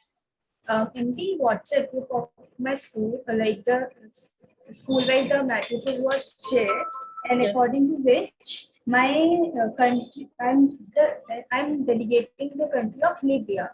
But according to the website, the matrices shared on the website, it says I'm representing Italy. So which country should I consider? The one. Wait for a minute. I'll just let you know. Yeah, Right now. yeah. Wait. Charvi, right? Yes, ma'am. Wait, child. Wait, delegate. Wait, delegate. So you will be representing Libya, WHO. Okay, Charvi? Okay, ma'am. Thank you. Yes. Excuse me, ma'am. Yes. Ma'am, so we were told that we will be representing Portugal, Bishop Sargent School, Tonko, all the 5 delegates. Yes. Ma'am, but when they have asked us, we have given 2 options. Ma'am, we have given WHO and UNEP as 2 priorities, ma'am. So which are we going to represent now, ma'am? Ma'am, I'll take that, ma'am. Can I take that? Yes, please, please, Dr. Karan. So yeah, who had asked that question, ma'am? Sir, it's Tanmay, right? So Tanmay, how it works is, I think, is this your first time at an MUN? Yes, sir. It's Okay, our first time, and this is the first session. Tanmay, when we asked you all your preference, what it means is there are 5 of you all, right? All right. Each one must give a committee 1, committee 2 preference. No, there is no concept of all 5 going into one committee. Each one person out of the 5 people is going to go into one of the 5 committees. So for example, you will be in UNEP and your classmate will be in UNDP and one will be in, there's no concept where all 5 of you all are in the same. So when we asked for committee preference, what we meant was name next to which each person should highlight their committee preference. Sorry, sir, I didn't get this one. Okay, so how it works is we are looking at delegations of 5. There are many schools that have registered throughout India that have delegations of 5. What a delegation means is, delegation means a group of people, right? Each person is representing the same country. Like all 5 of you all have given Portugal, right? Sir, yes, sir, we are 5. So I have a doubt. One person. Delegate, Dr. Karan, I'm very sorry. Delegate, when Dr. Karan is actually approaching and addressing another delegate, please mute yourself and wait for your turn. Yes, thank you, ma'am. So, yes, Tanmay. So what happens is now that you've been given Portugal, you will be representing one committee as Portugal. One committee as Portugal. That is, if you are in the UNEP, you will be Portugal in the UNEP. Your friend will be Portugal in the UNDP. Another friend will be Portugal in the United Nations General Assembly. Yet another in the UNSC, and the last one in WHO. Okay, sir. Yeah. So any other? So now, as you told that there are different communities even where we 5 are gonna divide ourselves. Yes. Yeah. So how is that division, sir? So it's our choice to divide for the particular organizations, or it's you who are going to divide? No, we have already divided, right? I think you've already received which country and committee you are in. So based on that, there are particular topics. So sorry, sir, we didn't receive that. Okay. So, Excuse me, Karan sir. This is yes, ma'am. it. I have actually mailed the school. The school, I have mailed it to sheila.isaac07@gmail.com. The country matrix has been sent today, sir. Okay. I just want Children, to please put that. note one thing. I have one thing to Thank you, say. ma'am. Now, this is something I actually wanted to address regarding the registration process. So let me tell you how this works usually and how we have done it. How it usually works is you have a first registration, you have an early registration, you have a registration that happens after that, and a final registration.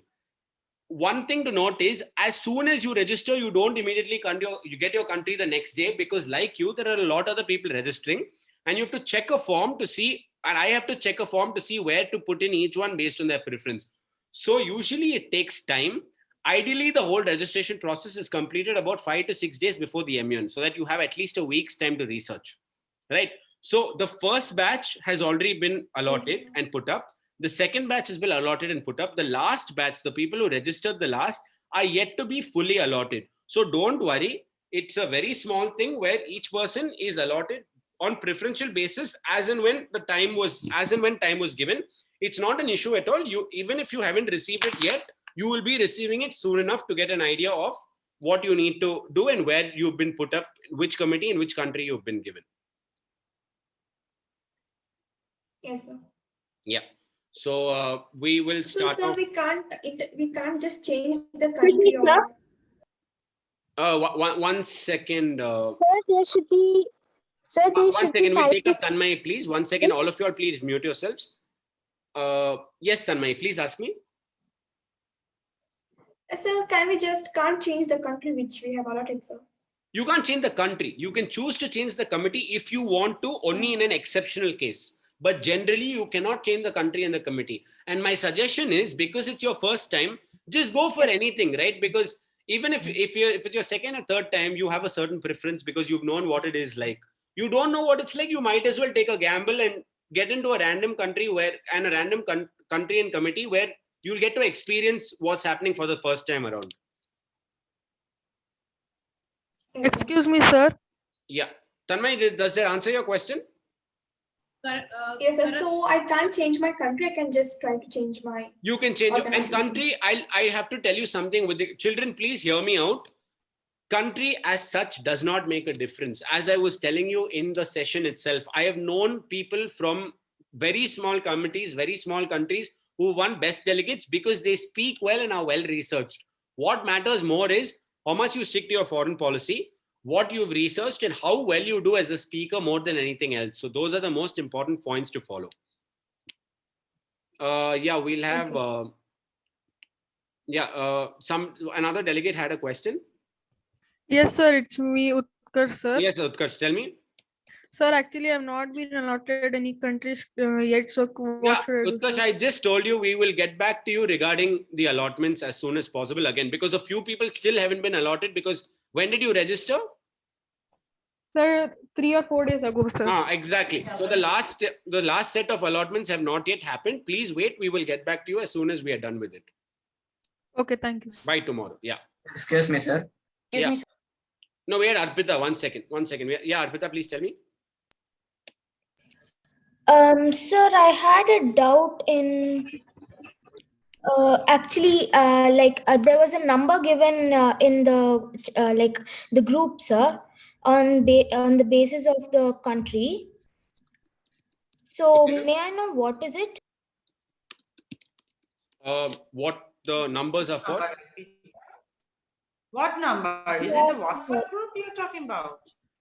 Yeah, the numbers which said about Chicago, then New York. No, it's a Zoom meeting. Don't have to worry about it. It's a Zoom meeting for wherever you are. You can log in. Okay, you don't have to worry at all with that. Okay, sweetheart. Okay, ma'am. Thank you, ma'am. Excuse me, sir. Yeah, Srihari, tell me. Sir, last time I had attended one in SFS school, sir. Okay. St. Francis, man, sir. There they had like deliberated upon the moderated caucus the day before the actual one, sir. Like they had decided the topics for the moderated caucus the day before it's. Yeah, that you can do on your WhatsApp groups. That's up to your internal thing. Yes. That you can do on your Yes, WhatsApp groups if you choose to do so. Okay, sir. Okay, sir. Thank you, sir. Okay, Shreya. Okay. Excuse me, sir.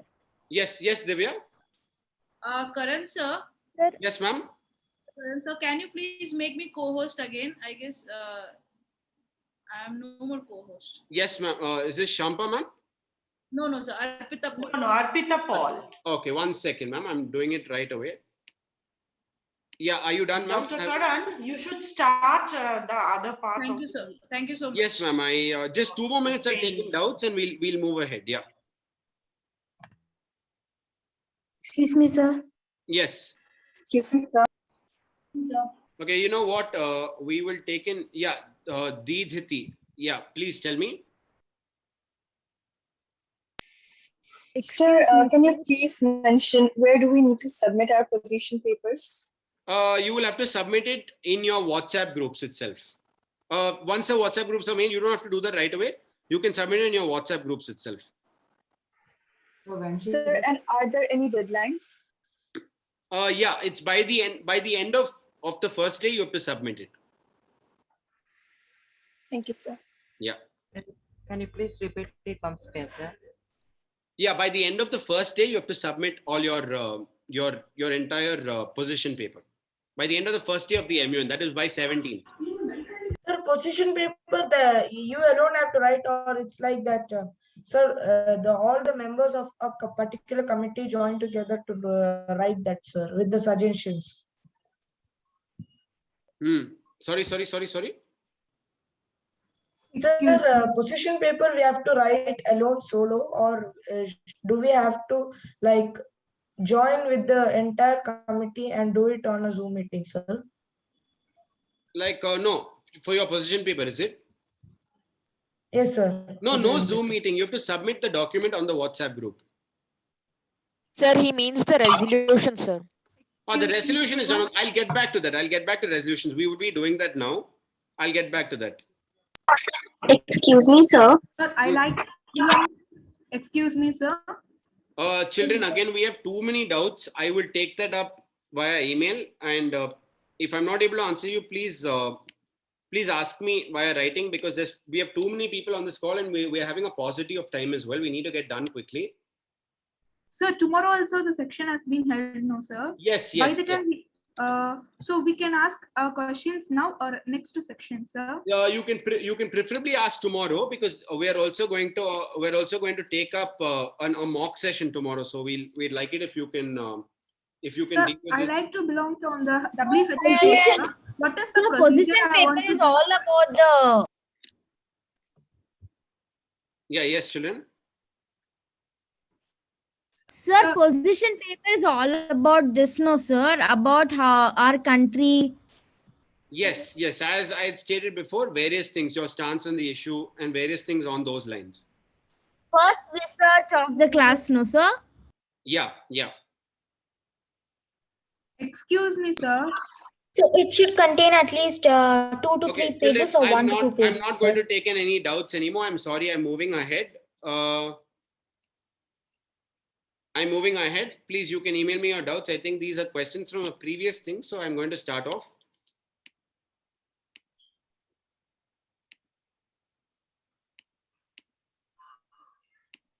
Okay, children, I hope all of you all can see this. Yes, sir. Yes, sir. So let's move ahead. What is quorum? Quorum is the minimum number of delegates in the House where proceedings cannot start until quorum is satisfied. It's generally 1/4 of the total number of people present. However, it is subject to change. It is established after something called roll call vote to ascertain as to whether committee can begin or not. What is roll call vote? So children, please hear this out well. This is exactly how the procedure goes. Roll call vote is a list of countries required to make a note of attendance in alphabetical order of nations and for voting when the name is called out. It is the first procedure of the day, based on which a delegate can vote present. Present means he can then vote. I'll give you what this means later. Present means he can then vote yes, no, yes with rights. That means why you're voting yes, no with rights, why you're voting no, pass or abstain while passing a resolution. And present and voting is the delegate can vote yes, no, yes with rights, no with rights, or pass while passing a resolution. Abstention is not allowed.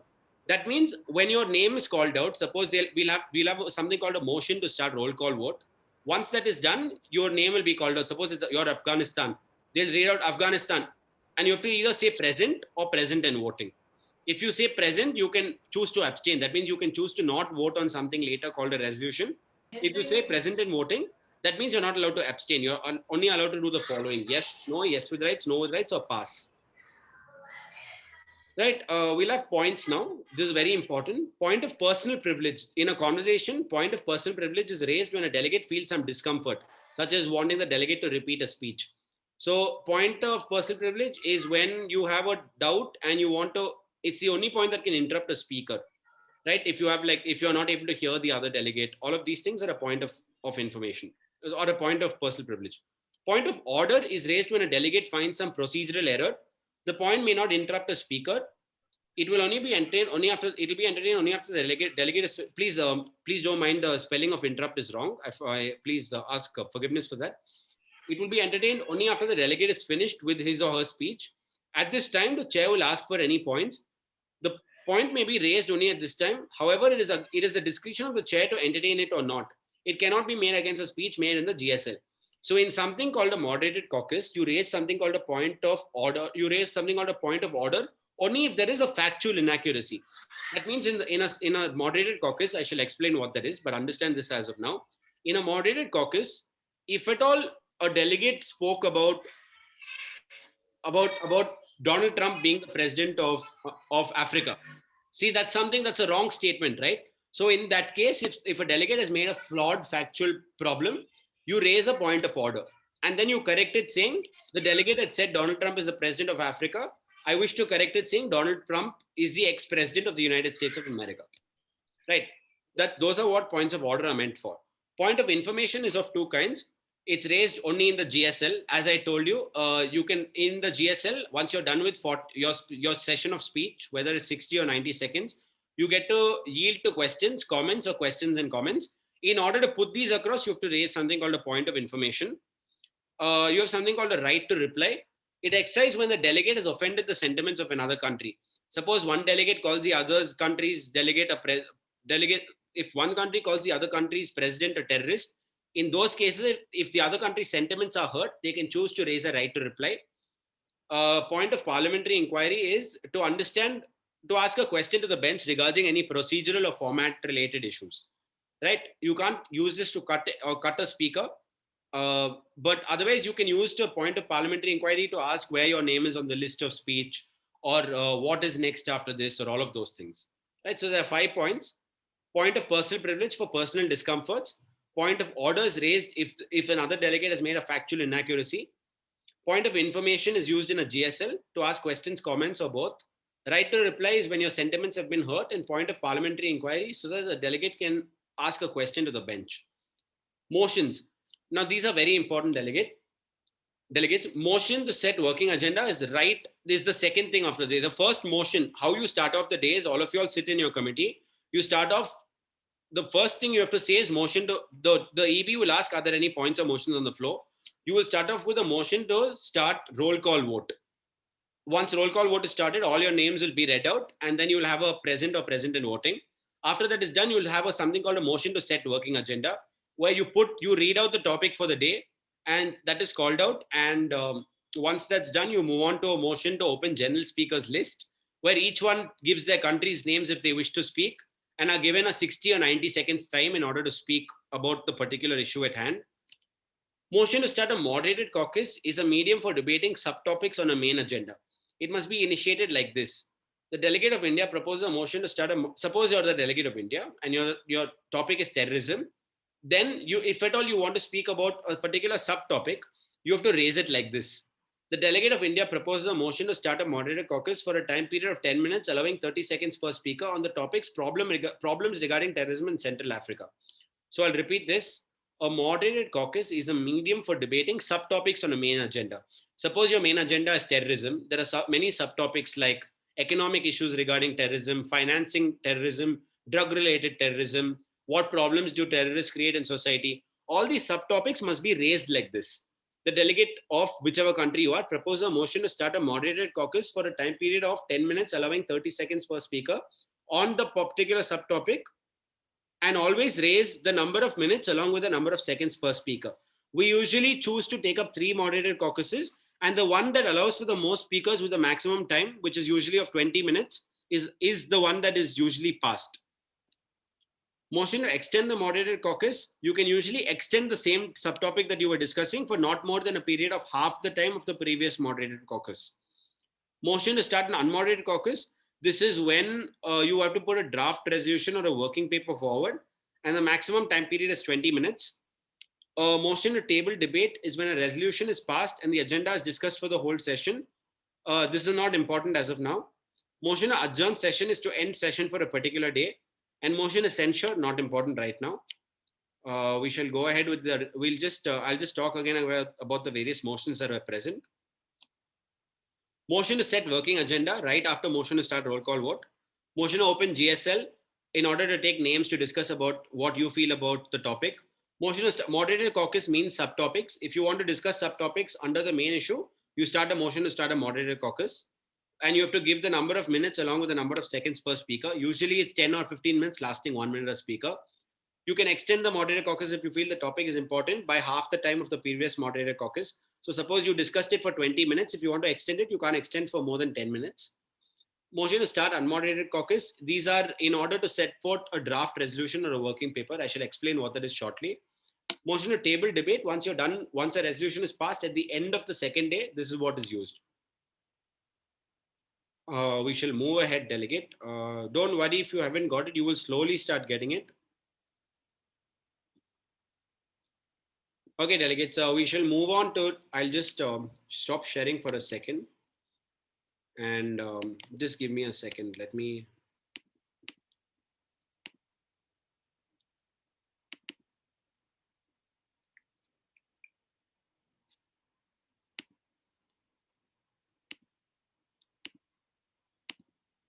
Okay, delegates, please note, this is the way that committee is going to start, okay? Delegates enter committee and take their seats, followed by which you'll have a roll call vote, motion to start a roll call vote, followed by which you'll have a motion to set working agenda, followed by which you'll have a general speakers list where each person is given time to speak based on whether they want to or not. Then the chair will ask for something for points and motions on the floor. You can raise a motion to start a moderated caucus, which is discussed many times, and many subtopics are discussed under it. Next, after that, you have a motion to start unmoderated caucus. On the WhatsApp groups, you all will be forming something called blocks.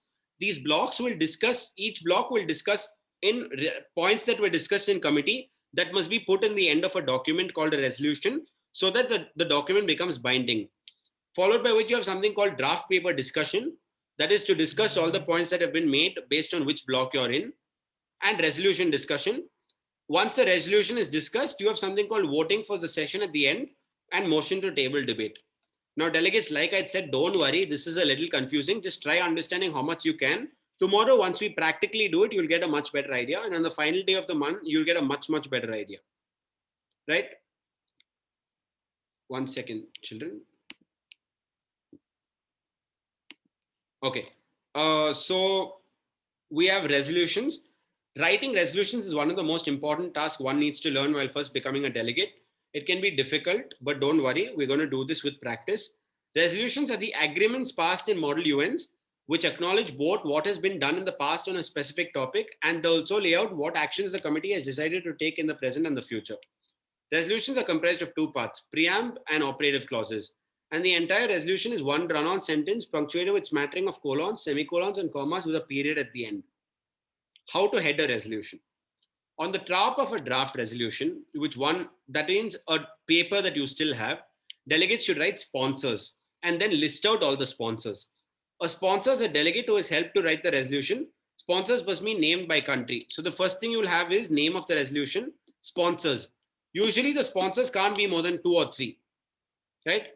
Under the sponsors, you write signatories, and these are the list of people who all accept reading the resolution, but not necessarily support the resolution's content. Sponsors have to present the resolution. Signatories have to mainly agree with the resolution. You get more points by being a sponsor. Under the list of signatories, write the topic that is being debated, and under the topic, write your committee's name and then a comma. Now you are ready to begin the preambulatory clauses. So now there's two types of clauses, children. Hear this out. Like I said, it will be confusing. Don't worry. Try gaining whatever you can out of this. Preambulatory clauses is to acknowledge why your committee is addressing a specific topic, to point out the individual facets of the problem, and to address what has been done in the past on the topic. Children, you can take this down. What is the purpose of preambulatory clauses? Number one, to address a specific topic. To address a specific topic. Number two, to point out the individual facets of the problem. Number two, to point out the individual facets of the problem. And number three, to address what has been done in the past on that topic.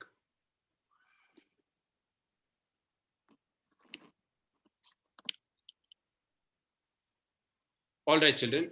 So what are preambulatory clauses? What do we exactly mean by this?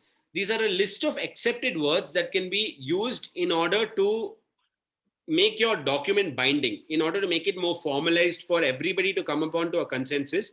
We use this. At the end of each preamble, that's short for preambulatory clause, delegates should insert a comma, skip a line, and then begin the next preamble. Here is an example of a preambulatory clauses. Okay, children, all of you all who have a Google tab open, you can just Google preambulatory clauses. This is a spelling. You'll see a list of words. All of you all Google this. You'll see a list of words. I'll tell you what that is. Just Google it and check if you can find it.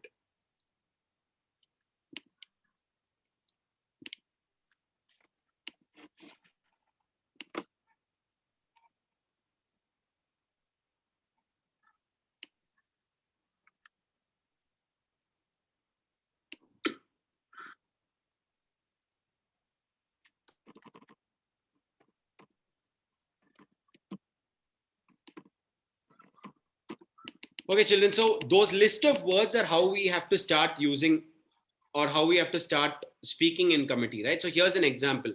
Suppose the word is bearing in mind. Suppose that's the word. You have to use, and the topic was the African economy.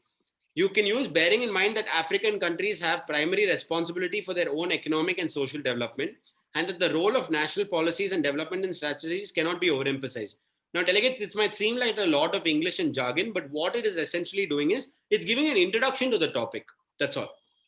So we'll use one of the delegates who've taken part in MUNs before. We'll ask them so that you get a better example of how to exactly use it. I'm just gonna unmute one particular person. Then I'm gonna take at Danush Anand. Danush, are you with us? Yes, sir. Hi, Danush, Yes, sir. is this your first time?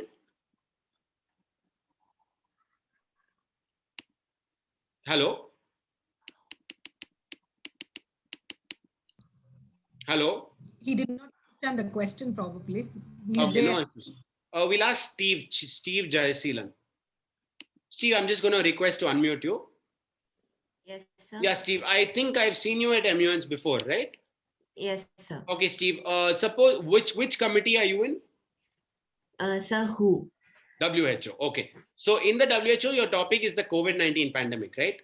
Can you Yes, give sir. your fellow delegates and colleagues an introduction of what a preambulatory clause is and how to use it? Sir, preambulatory clauses are basically words that are used to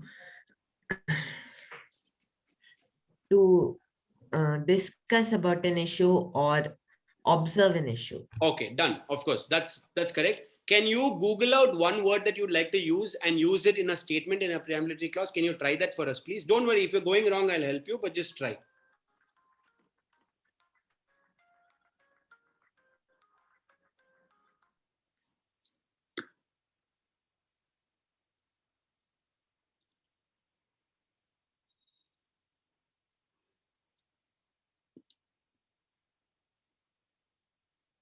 Yeah, Steve, have you gotten it?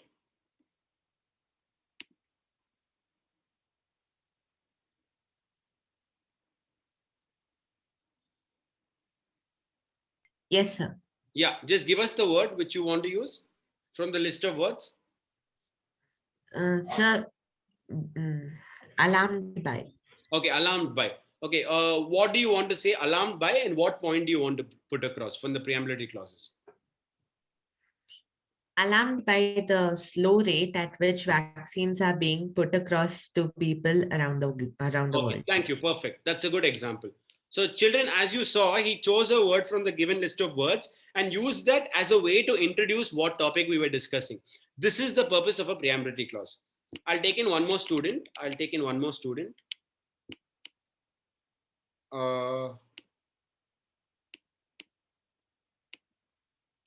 Okay, just a second.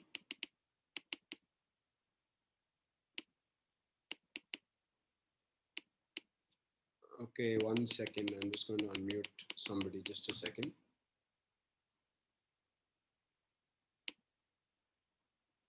Okay, I can take in Alanza. Alanza, can I unmute you? All right, Alanza, can you? I think this is your second month or third month, right? Second month. Sir. Second month. So, Alanza, can you give us what committee you are in and an example of what we're trying to do here? Sir, I'm actually in UNGA, but I would like to use an example of my last committees. May I use that? Last year's, may I use that? Yes, please do. Please do. Yes, sir. I will use fully aware. Fully aware. Okay. Yes, sir. Fully aware that each year approximately 15 million girls are affected by the inhuman practice of child marriage. Okay, perfect. Okay. So, children, I hope you all got it. What we're trying to do is we're using a list of words and introducing that to make an introduction of what topic we were discussing. So we'll move ahead. We'll move ahead now. As I stated, I'm repeating this time and again. Don't worry if it's confusing. It will be a little confusing because it's a hard thing to grasp immediately. You will get it as time goes by. Right? Operative clause. Now, what are operative clauses? Operative clauses are the meat of a resolution. They describe the specific actions the committee has decided to take to tackle the problem at hand, including the creation or involvement of regional and global agencies, specific countries' actions, and venues for multilateral action. Like that for preambulatory clauses, there's a list of words that are also most often used at the beginning of the clause. Operative clauses are also numbered, and the delegates should insert a semicolon at the end of every operative clause except the last, which ends in a period, which ends in a full stop. Sample operative phrases. So suppose your topic is the COVID-19 crisis for the WHO. An example would be calls upon nations to come upon a common consensus. I'm just giving an example. Calls upon nations to come up to a common consensus to realize that vaccine efficacy rates are low and we must enact newer vaccine programs to ensure vaccines have better outreach among developing countries. So what a preambulatory clause was words followed by an introduction. What an operative clause is words followed by what solution you wish to give. They should be very solution oriented. Right now, I'm going to take in students again and see what we can do regarding this. Just give me a second. Okay, Srihari. No, actually, Srihari, I'll take you up later. Just a second. Do you have Kevin? Can I unmute you? Yes, Kevin. Yeah, Kevin. Can you give us an example of an operative clause from which committee you're coming from?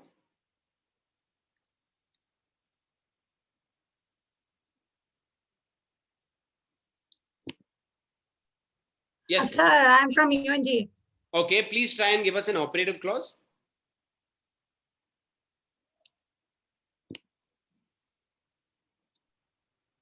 Don't worry, Kevin, try. Also upon, it's completely fine. Try.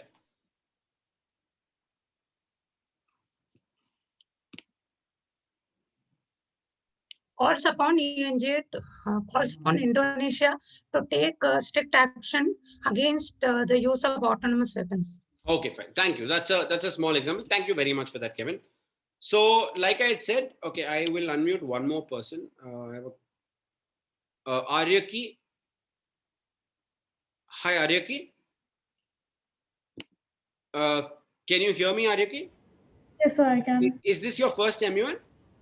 No, sir, this is my second. Okay, so can you give me an example of an operative clause and how you think your colleagues can use it?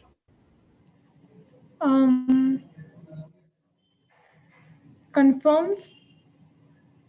Okay. I'm not very sure how to use it, but I did remember that last month in our resolution we did use it. Okay, fine. Okay, I will take in. Is Hina there?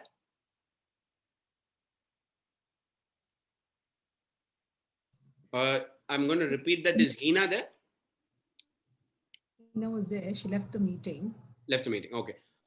Sri Hari Hina is Sanvi there? Sanvi is there. Sanvi? Sanvi, unmute and speak.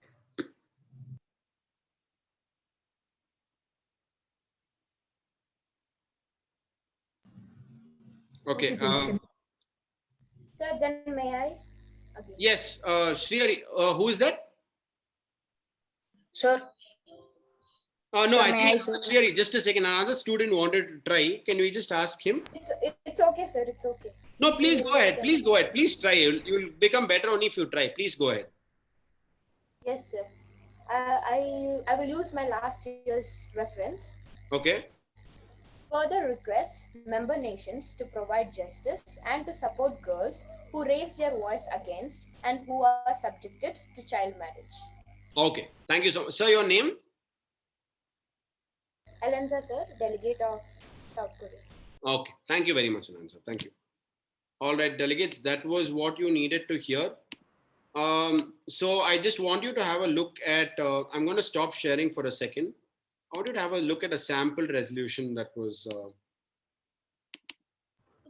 just... Excuse me, sir. Yeah? Sir, I had an internet issue. So can you say we have to choose ourselves only the topic, or you will give it, sir? Topic for what, sir?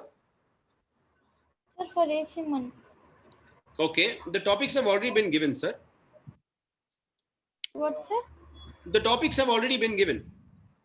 Sir, I didn't got the topic, sir.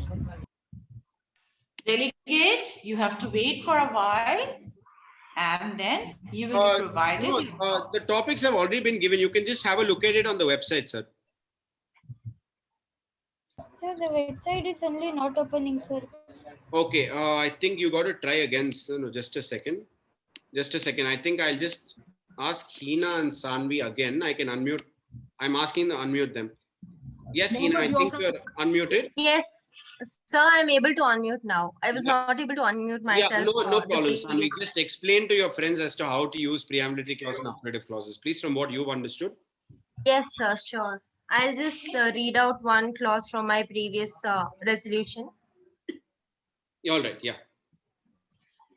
Yes, sir. Just a moment.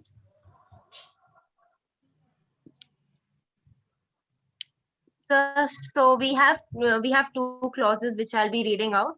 The first one being draws the attention of non-governmental organizations in different countries to take the lead in educating people in rural areas, as child marriage is a practice in large scale, mostly in the above mentioned. And the second one being emphasizes that constitutional laws need to be enforced actually in present day scenario at grassroots levels, such as developing rural and urban areas. Okay, okay. Fine. Thank you very much. All right. And we'll have Hina up last. Just a second. Yeah, she's there now. She's there. Hina is there.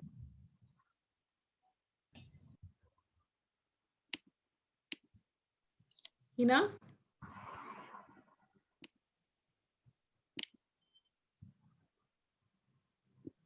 Yeah, I've asked her to unmute. I don't think it's... I think the host has to unmute Hina. Yeah, I'm trying to... I have already given them permission. They can unmute themselves by their own. Hina, please unmute and answer. Yeah, I think she can answer now.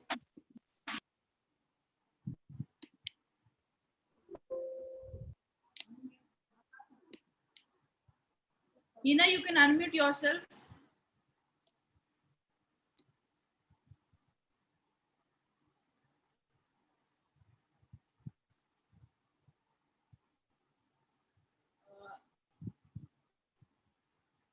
Okay, ma'am, no problem, ma'am. No problem. No problem. We'll just get done with this.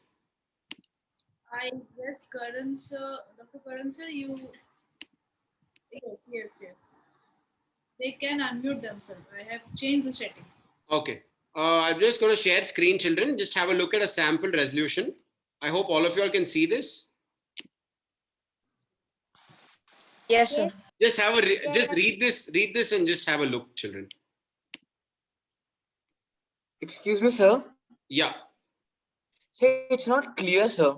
It's Yes, blurred, sir, it's a sir. bit blurred. It is a little blurred, but just I'll just try and see what can be done regarding the blurriness. Are you not able to read it at all? Yeah, read it, sir, but no, sir, but not much. We can read it, sir. Okay, just have a look at it. It's a very basic one. Just have a look at it, get some idea of things. Excuse me, sir. Yes. This is my first time. Don't know what I have to do now. At present, I am realizing, and I have a lot of questions and ideas to be told.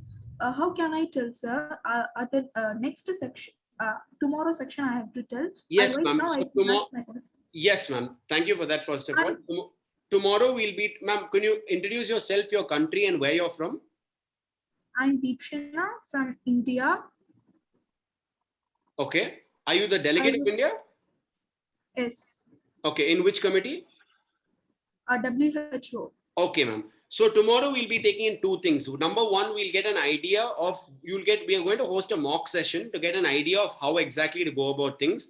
And we'll have a 1 hour doubt session clearance as well. So Okay, right, we'll deal with it tomorrow. Today, just get an idea, review the handbook again, get an idea of what we're trying to deal with, read what's in front of you as well, the sample resolution. And tomorrow we'll deal with any other issues that persist. Okay, thank you so much. Excuse me, sir. Yes, Ridhyanshi. Yes, sir. Sir, I want to ask that for tomorrow's mock session, do we need to prepare any kind of validity? Yes, I will be giving you all the topic right after this. So don't worry. I'll be giving you all the topic right after we're done. Just finish reading this. We're almost done. Sir, can I try the resolution? Sorry? Yes, please do. Please do. Excuse me, sir. Yes. I have a doubt regarding the resolution paper. Yeah, please do. Please ask me. Like last year, we learned how to draft the resolution paper through the mock session. So this year also, will we learn how to do it through the mock session, or will we have like a different session only for the resolution paper? We'll have a different session. Okay, thank you, sir. Yeah. So this is my first time, so I can't able to understand what is the resolution paper. Resolution paper is for the purpose of the MUN, ma'am. It's to make a document binding. What you're seeing in front of you is a resolution paper. It's what all we have discussed, introducing that in preambulatory clauses as well as in operative clauses, discussing how we can use solutions in a particular format in order to make it as a proper document. How do we have to hand over, sir? We have to hand over to you by WhatsApp. Yeah, by WhatsApp. Otherwise, that's right. Once groups will be created by then. We'll hand over via WhatsApp. In our school, it has been created. We have been 5 people, so it has been created. So this is my first time, so I'm asking question. Thanks for your response. No problem, ma'am. We'll take it up again tomorrow. Yeah. Thank you, sir. All right. Thank you, ma'am. Sir, can I read? Excuse me, sir. Yes. Excuse me, sir. Yes, ma'am. Yes, yeah. Is the resolution something that we have to write along with the position paper? Position paper is made individually. Resolution is made as a team based on which group you're in. As you can see, right, sponsors and signatories on top. You have to be one of them in order to make a resolution paper along with an entire team. Yeah, we had somebody else asking a doubt, sir. Okay. Please ask your doubt.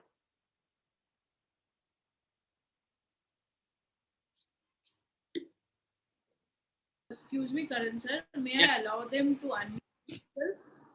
Yes, ma'am. They can unmute themselves, ma'am.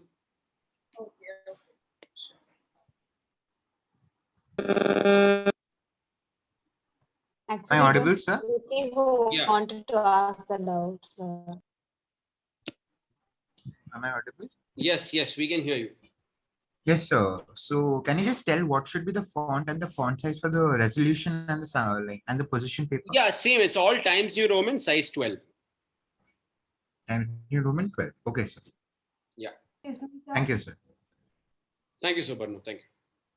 Excuse me, sir. This section will be continued tomorrow and day after tomorrow also, sir. Yes, that's right. No, only tomorrow. Only tomorrow. And we will be preparing for the 17th and 18th. When it will be held, sir? Today and tomorrow. The next section, when will be it will Tomorrow. be held, Tomorrow sir? again at 5. Tomorrow again. At Tomorrow 5. again. 5, Yes, sir. I'll just It will display be the closed. schedule. The section will be closed. Sorry? Day after the section over, sir. Day after tomorrow, we should not log out. No, day after tomorrow, there's nothing. Okay, sir. Excuse me, sir. Yeah.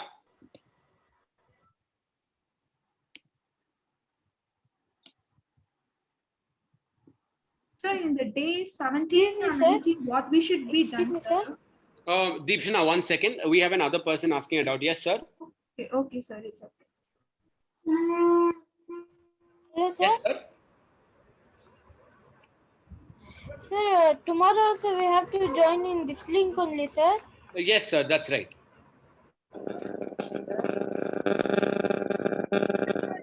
Can you please explain the part of present and voting? Okay. So when you have in the beginning, now you understood what a resolution is, right? What it means to be present is you can later on when you want to pass the resolution, once it's been discussed, if you voted present in the beginning, then you can vote yes, no, all of that. And you can abstain as well. That abstain means you can choose not to vote. But in the beginning, if you say present in voting, at the end of the second day, when you're discussing whether the resolution should pass or not, that is when you're voting for the resolution, you can't then abstain. You have to vote yes or no. Okay, sir. Thank you. Yeah. All right, children, I think we are done with this. We will be taking in a few doubts tomorrow, as well as having a mock session tomorrow. Children, I'm going to share this via 1 second.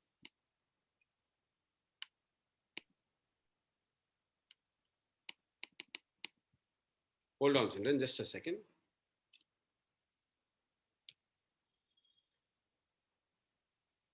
I'm going to share via chat as to what the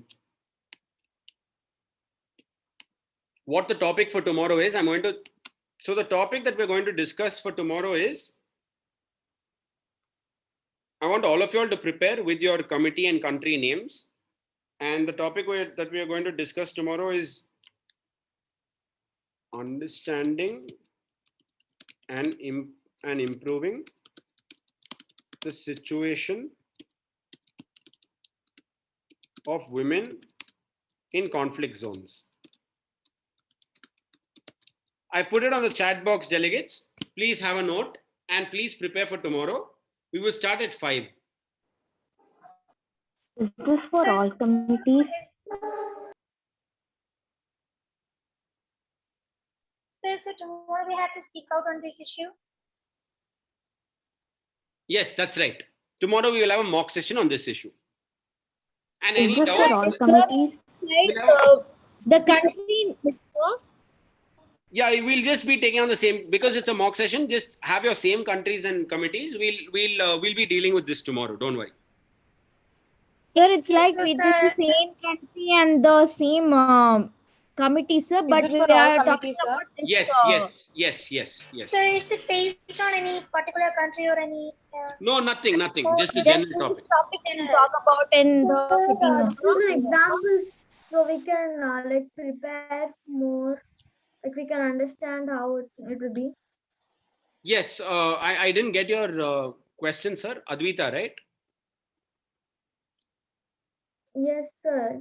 So that is we have to decide and we have to speak, so we can understand better how it will be in the real meeting of money.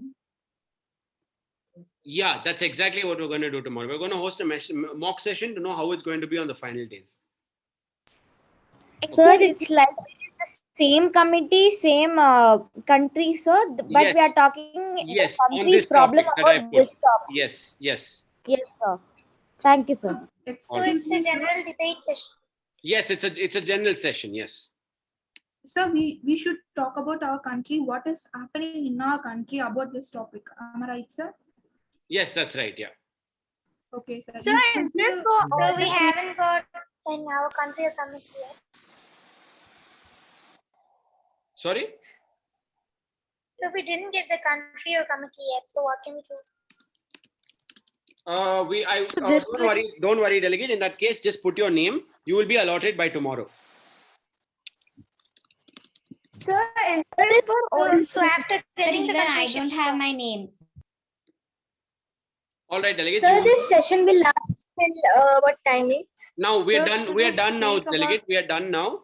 I wanted to just tell you thank you so much for this. We don't have it out. We will be expecting you all tomorrow by 5. So are we supposed to speak about the allotted country upon this? Yes, your allotted country. Even if you're not, don't worry. We will be recognizing you in order to speak on. Tomorrow is just to get an idea of things. So don't worry. I will see you all tomorrow at 5. Thank you, Karan. Okay, sir. Thank you, sir.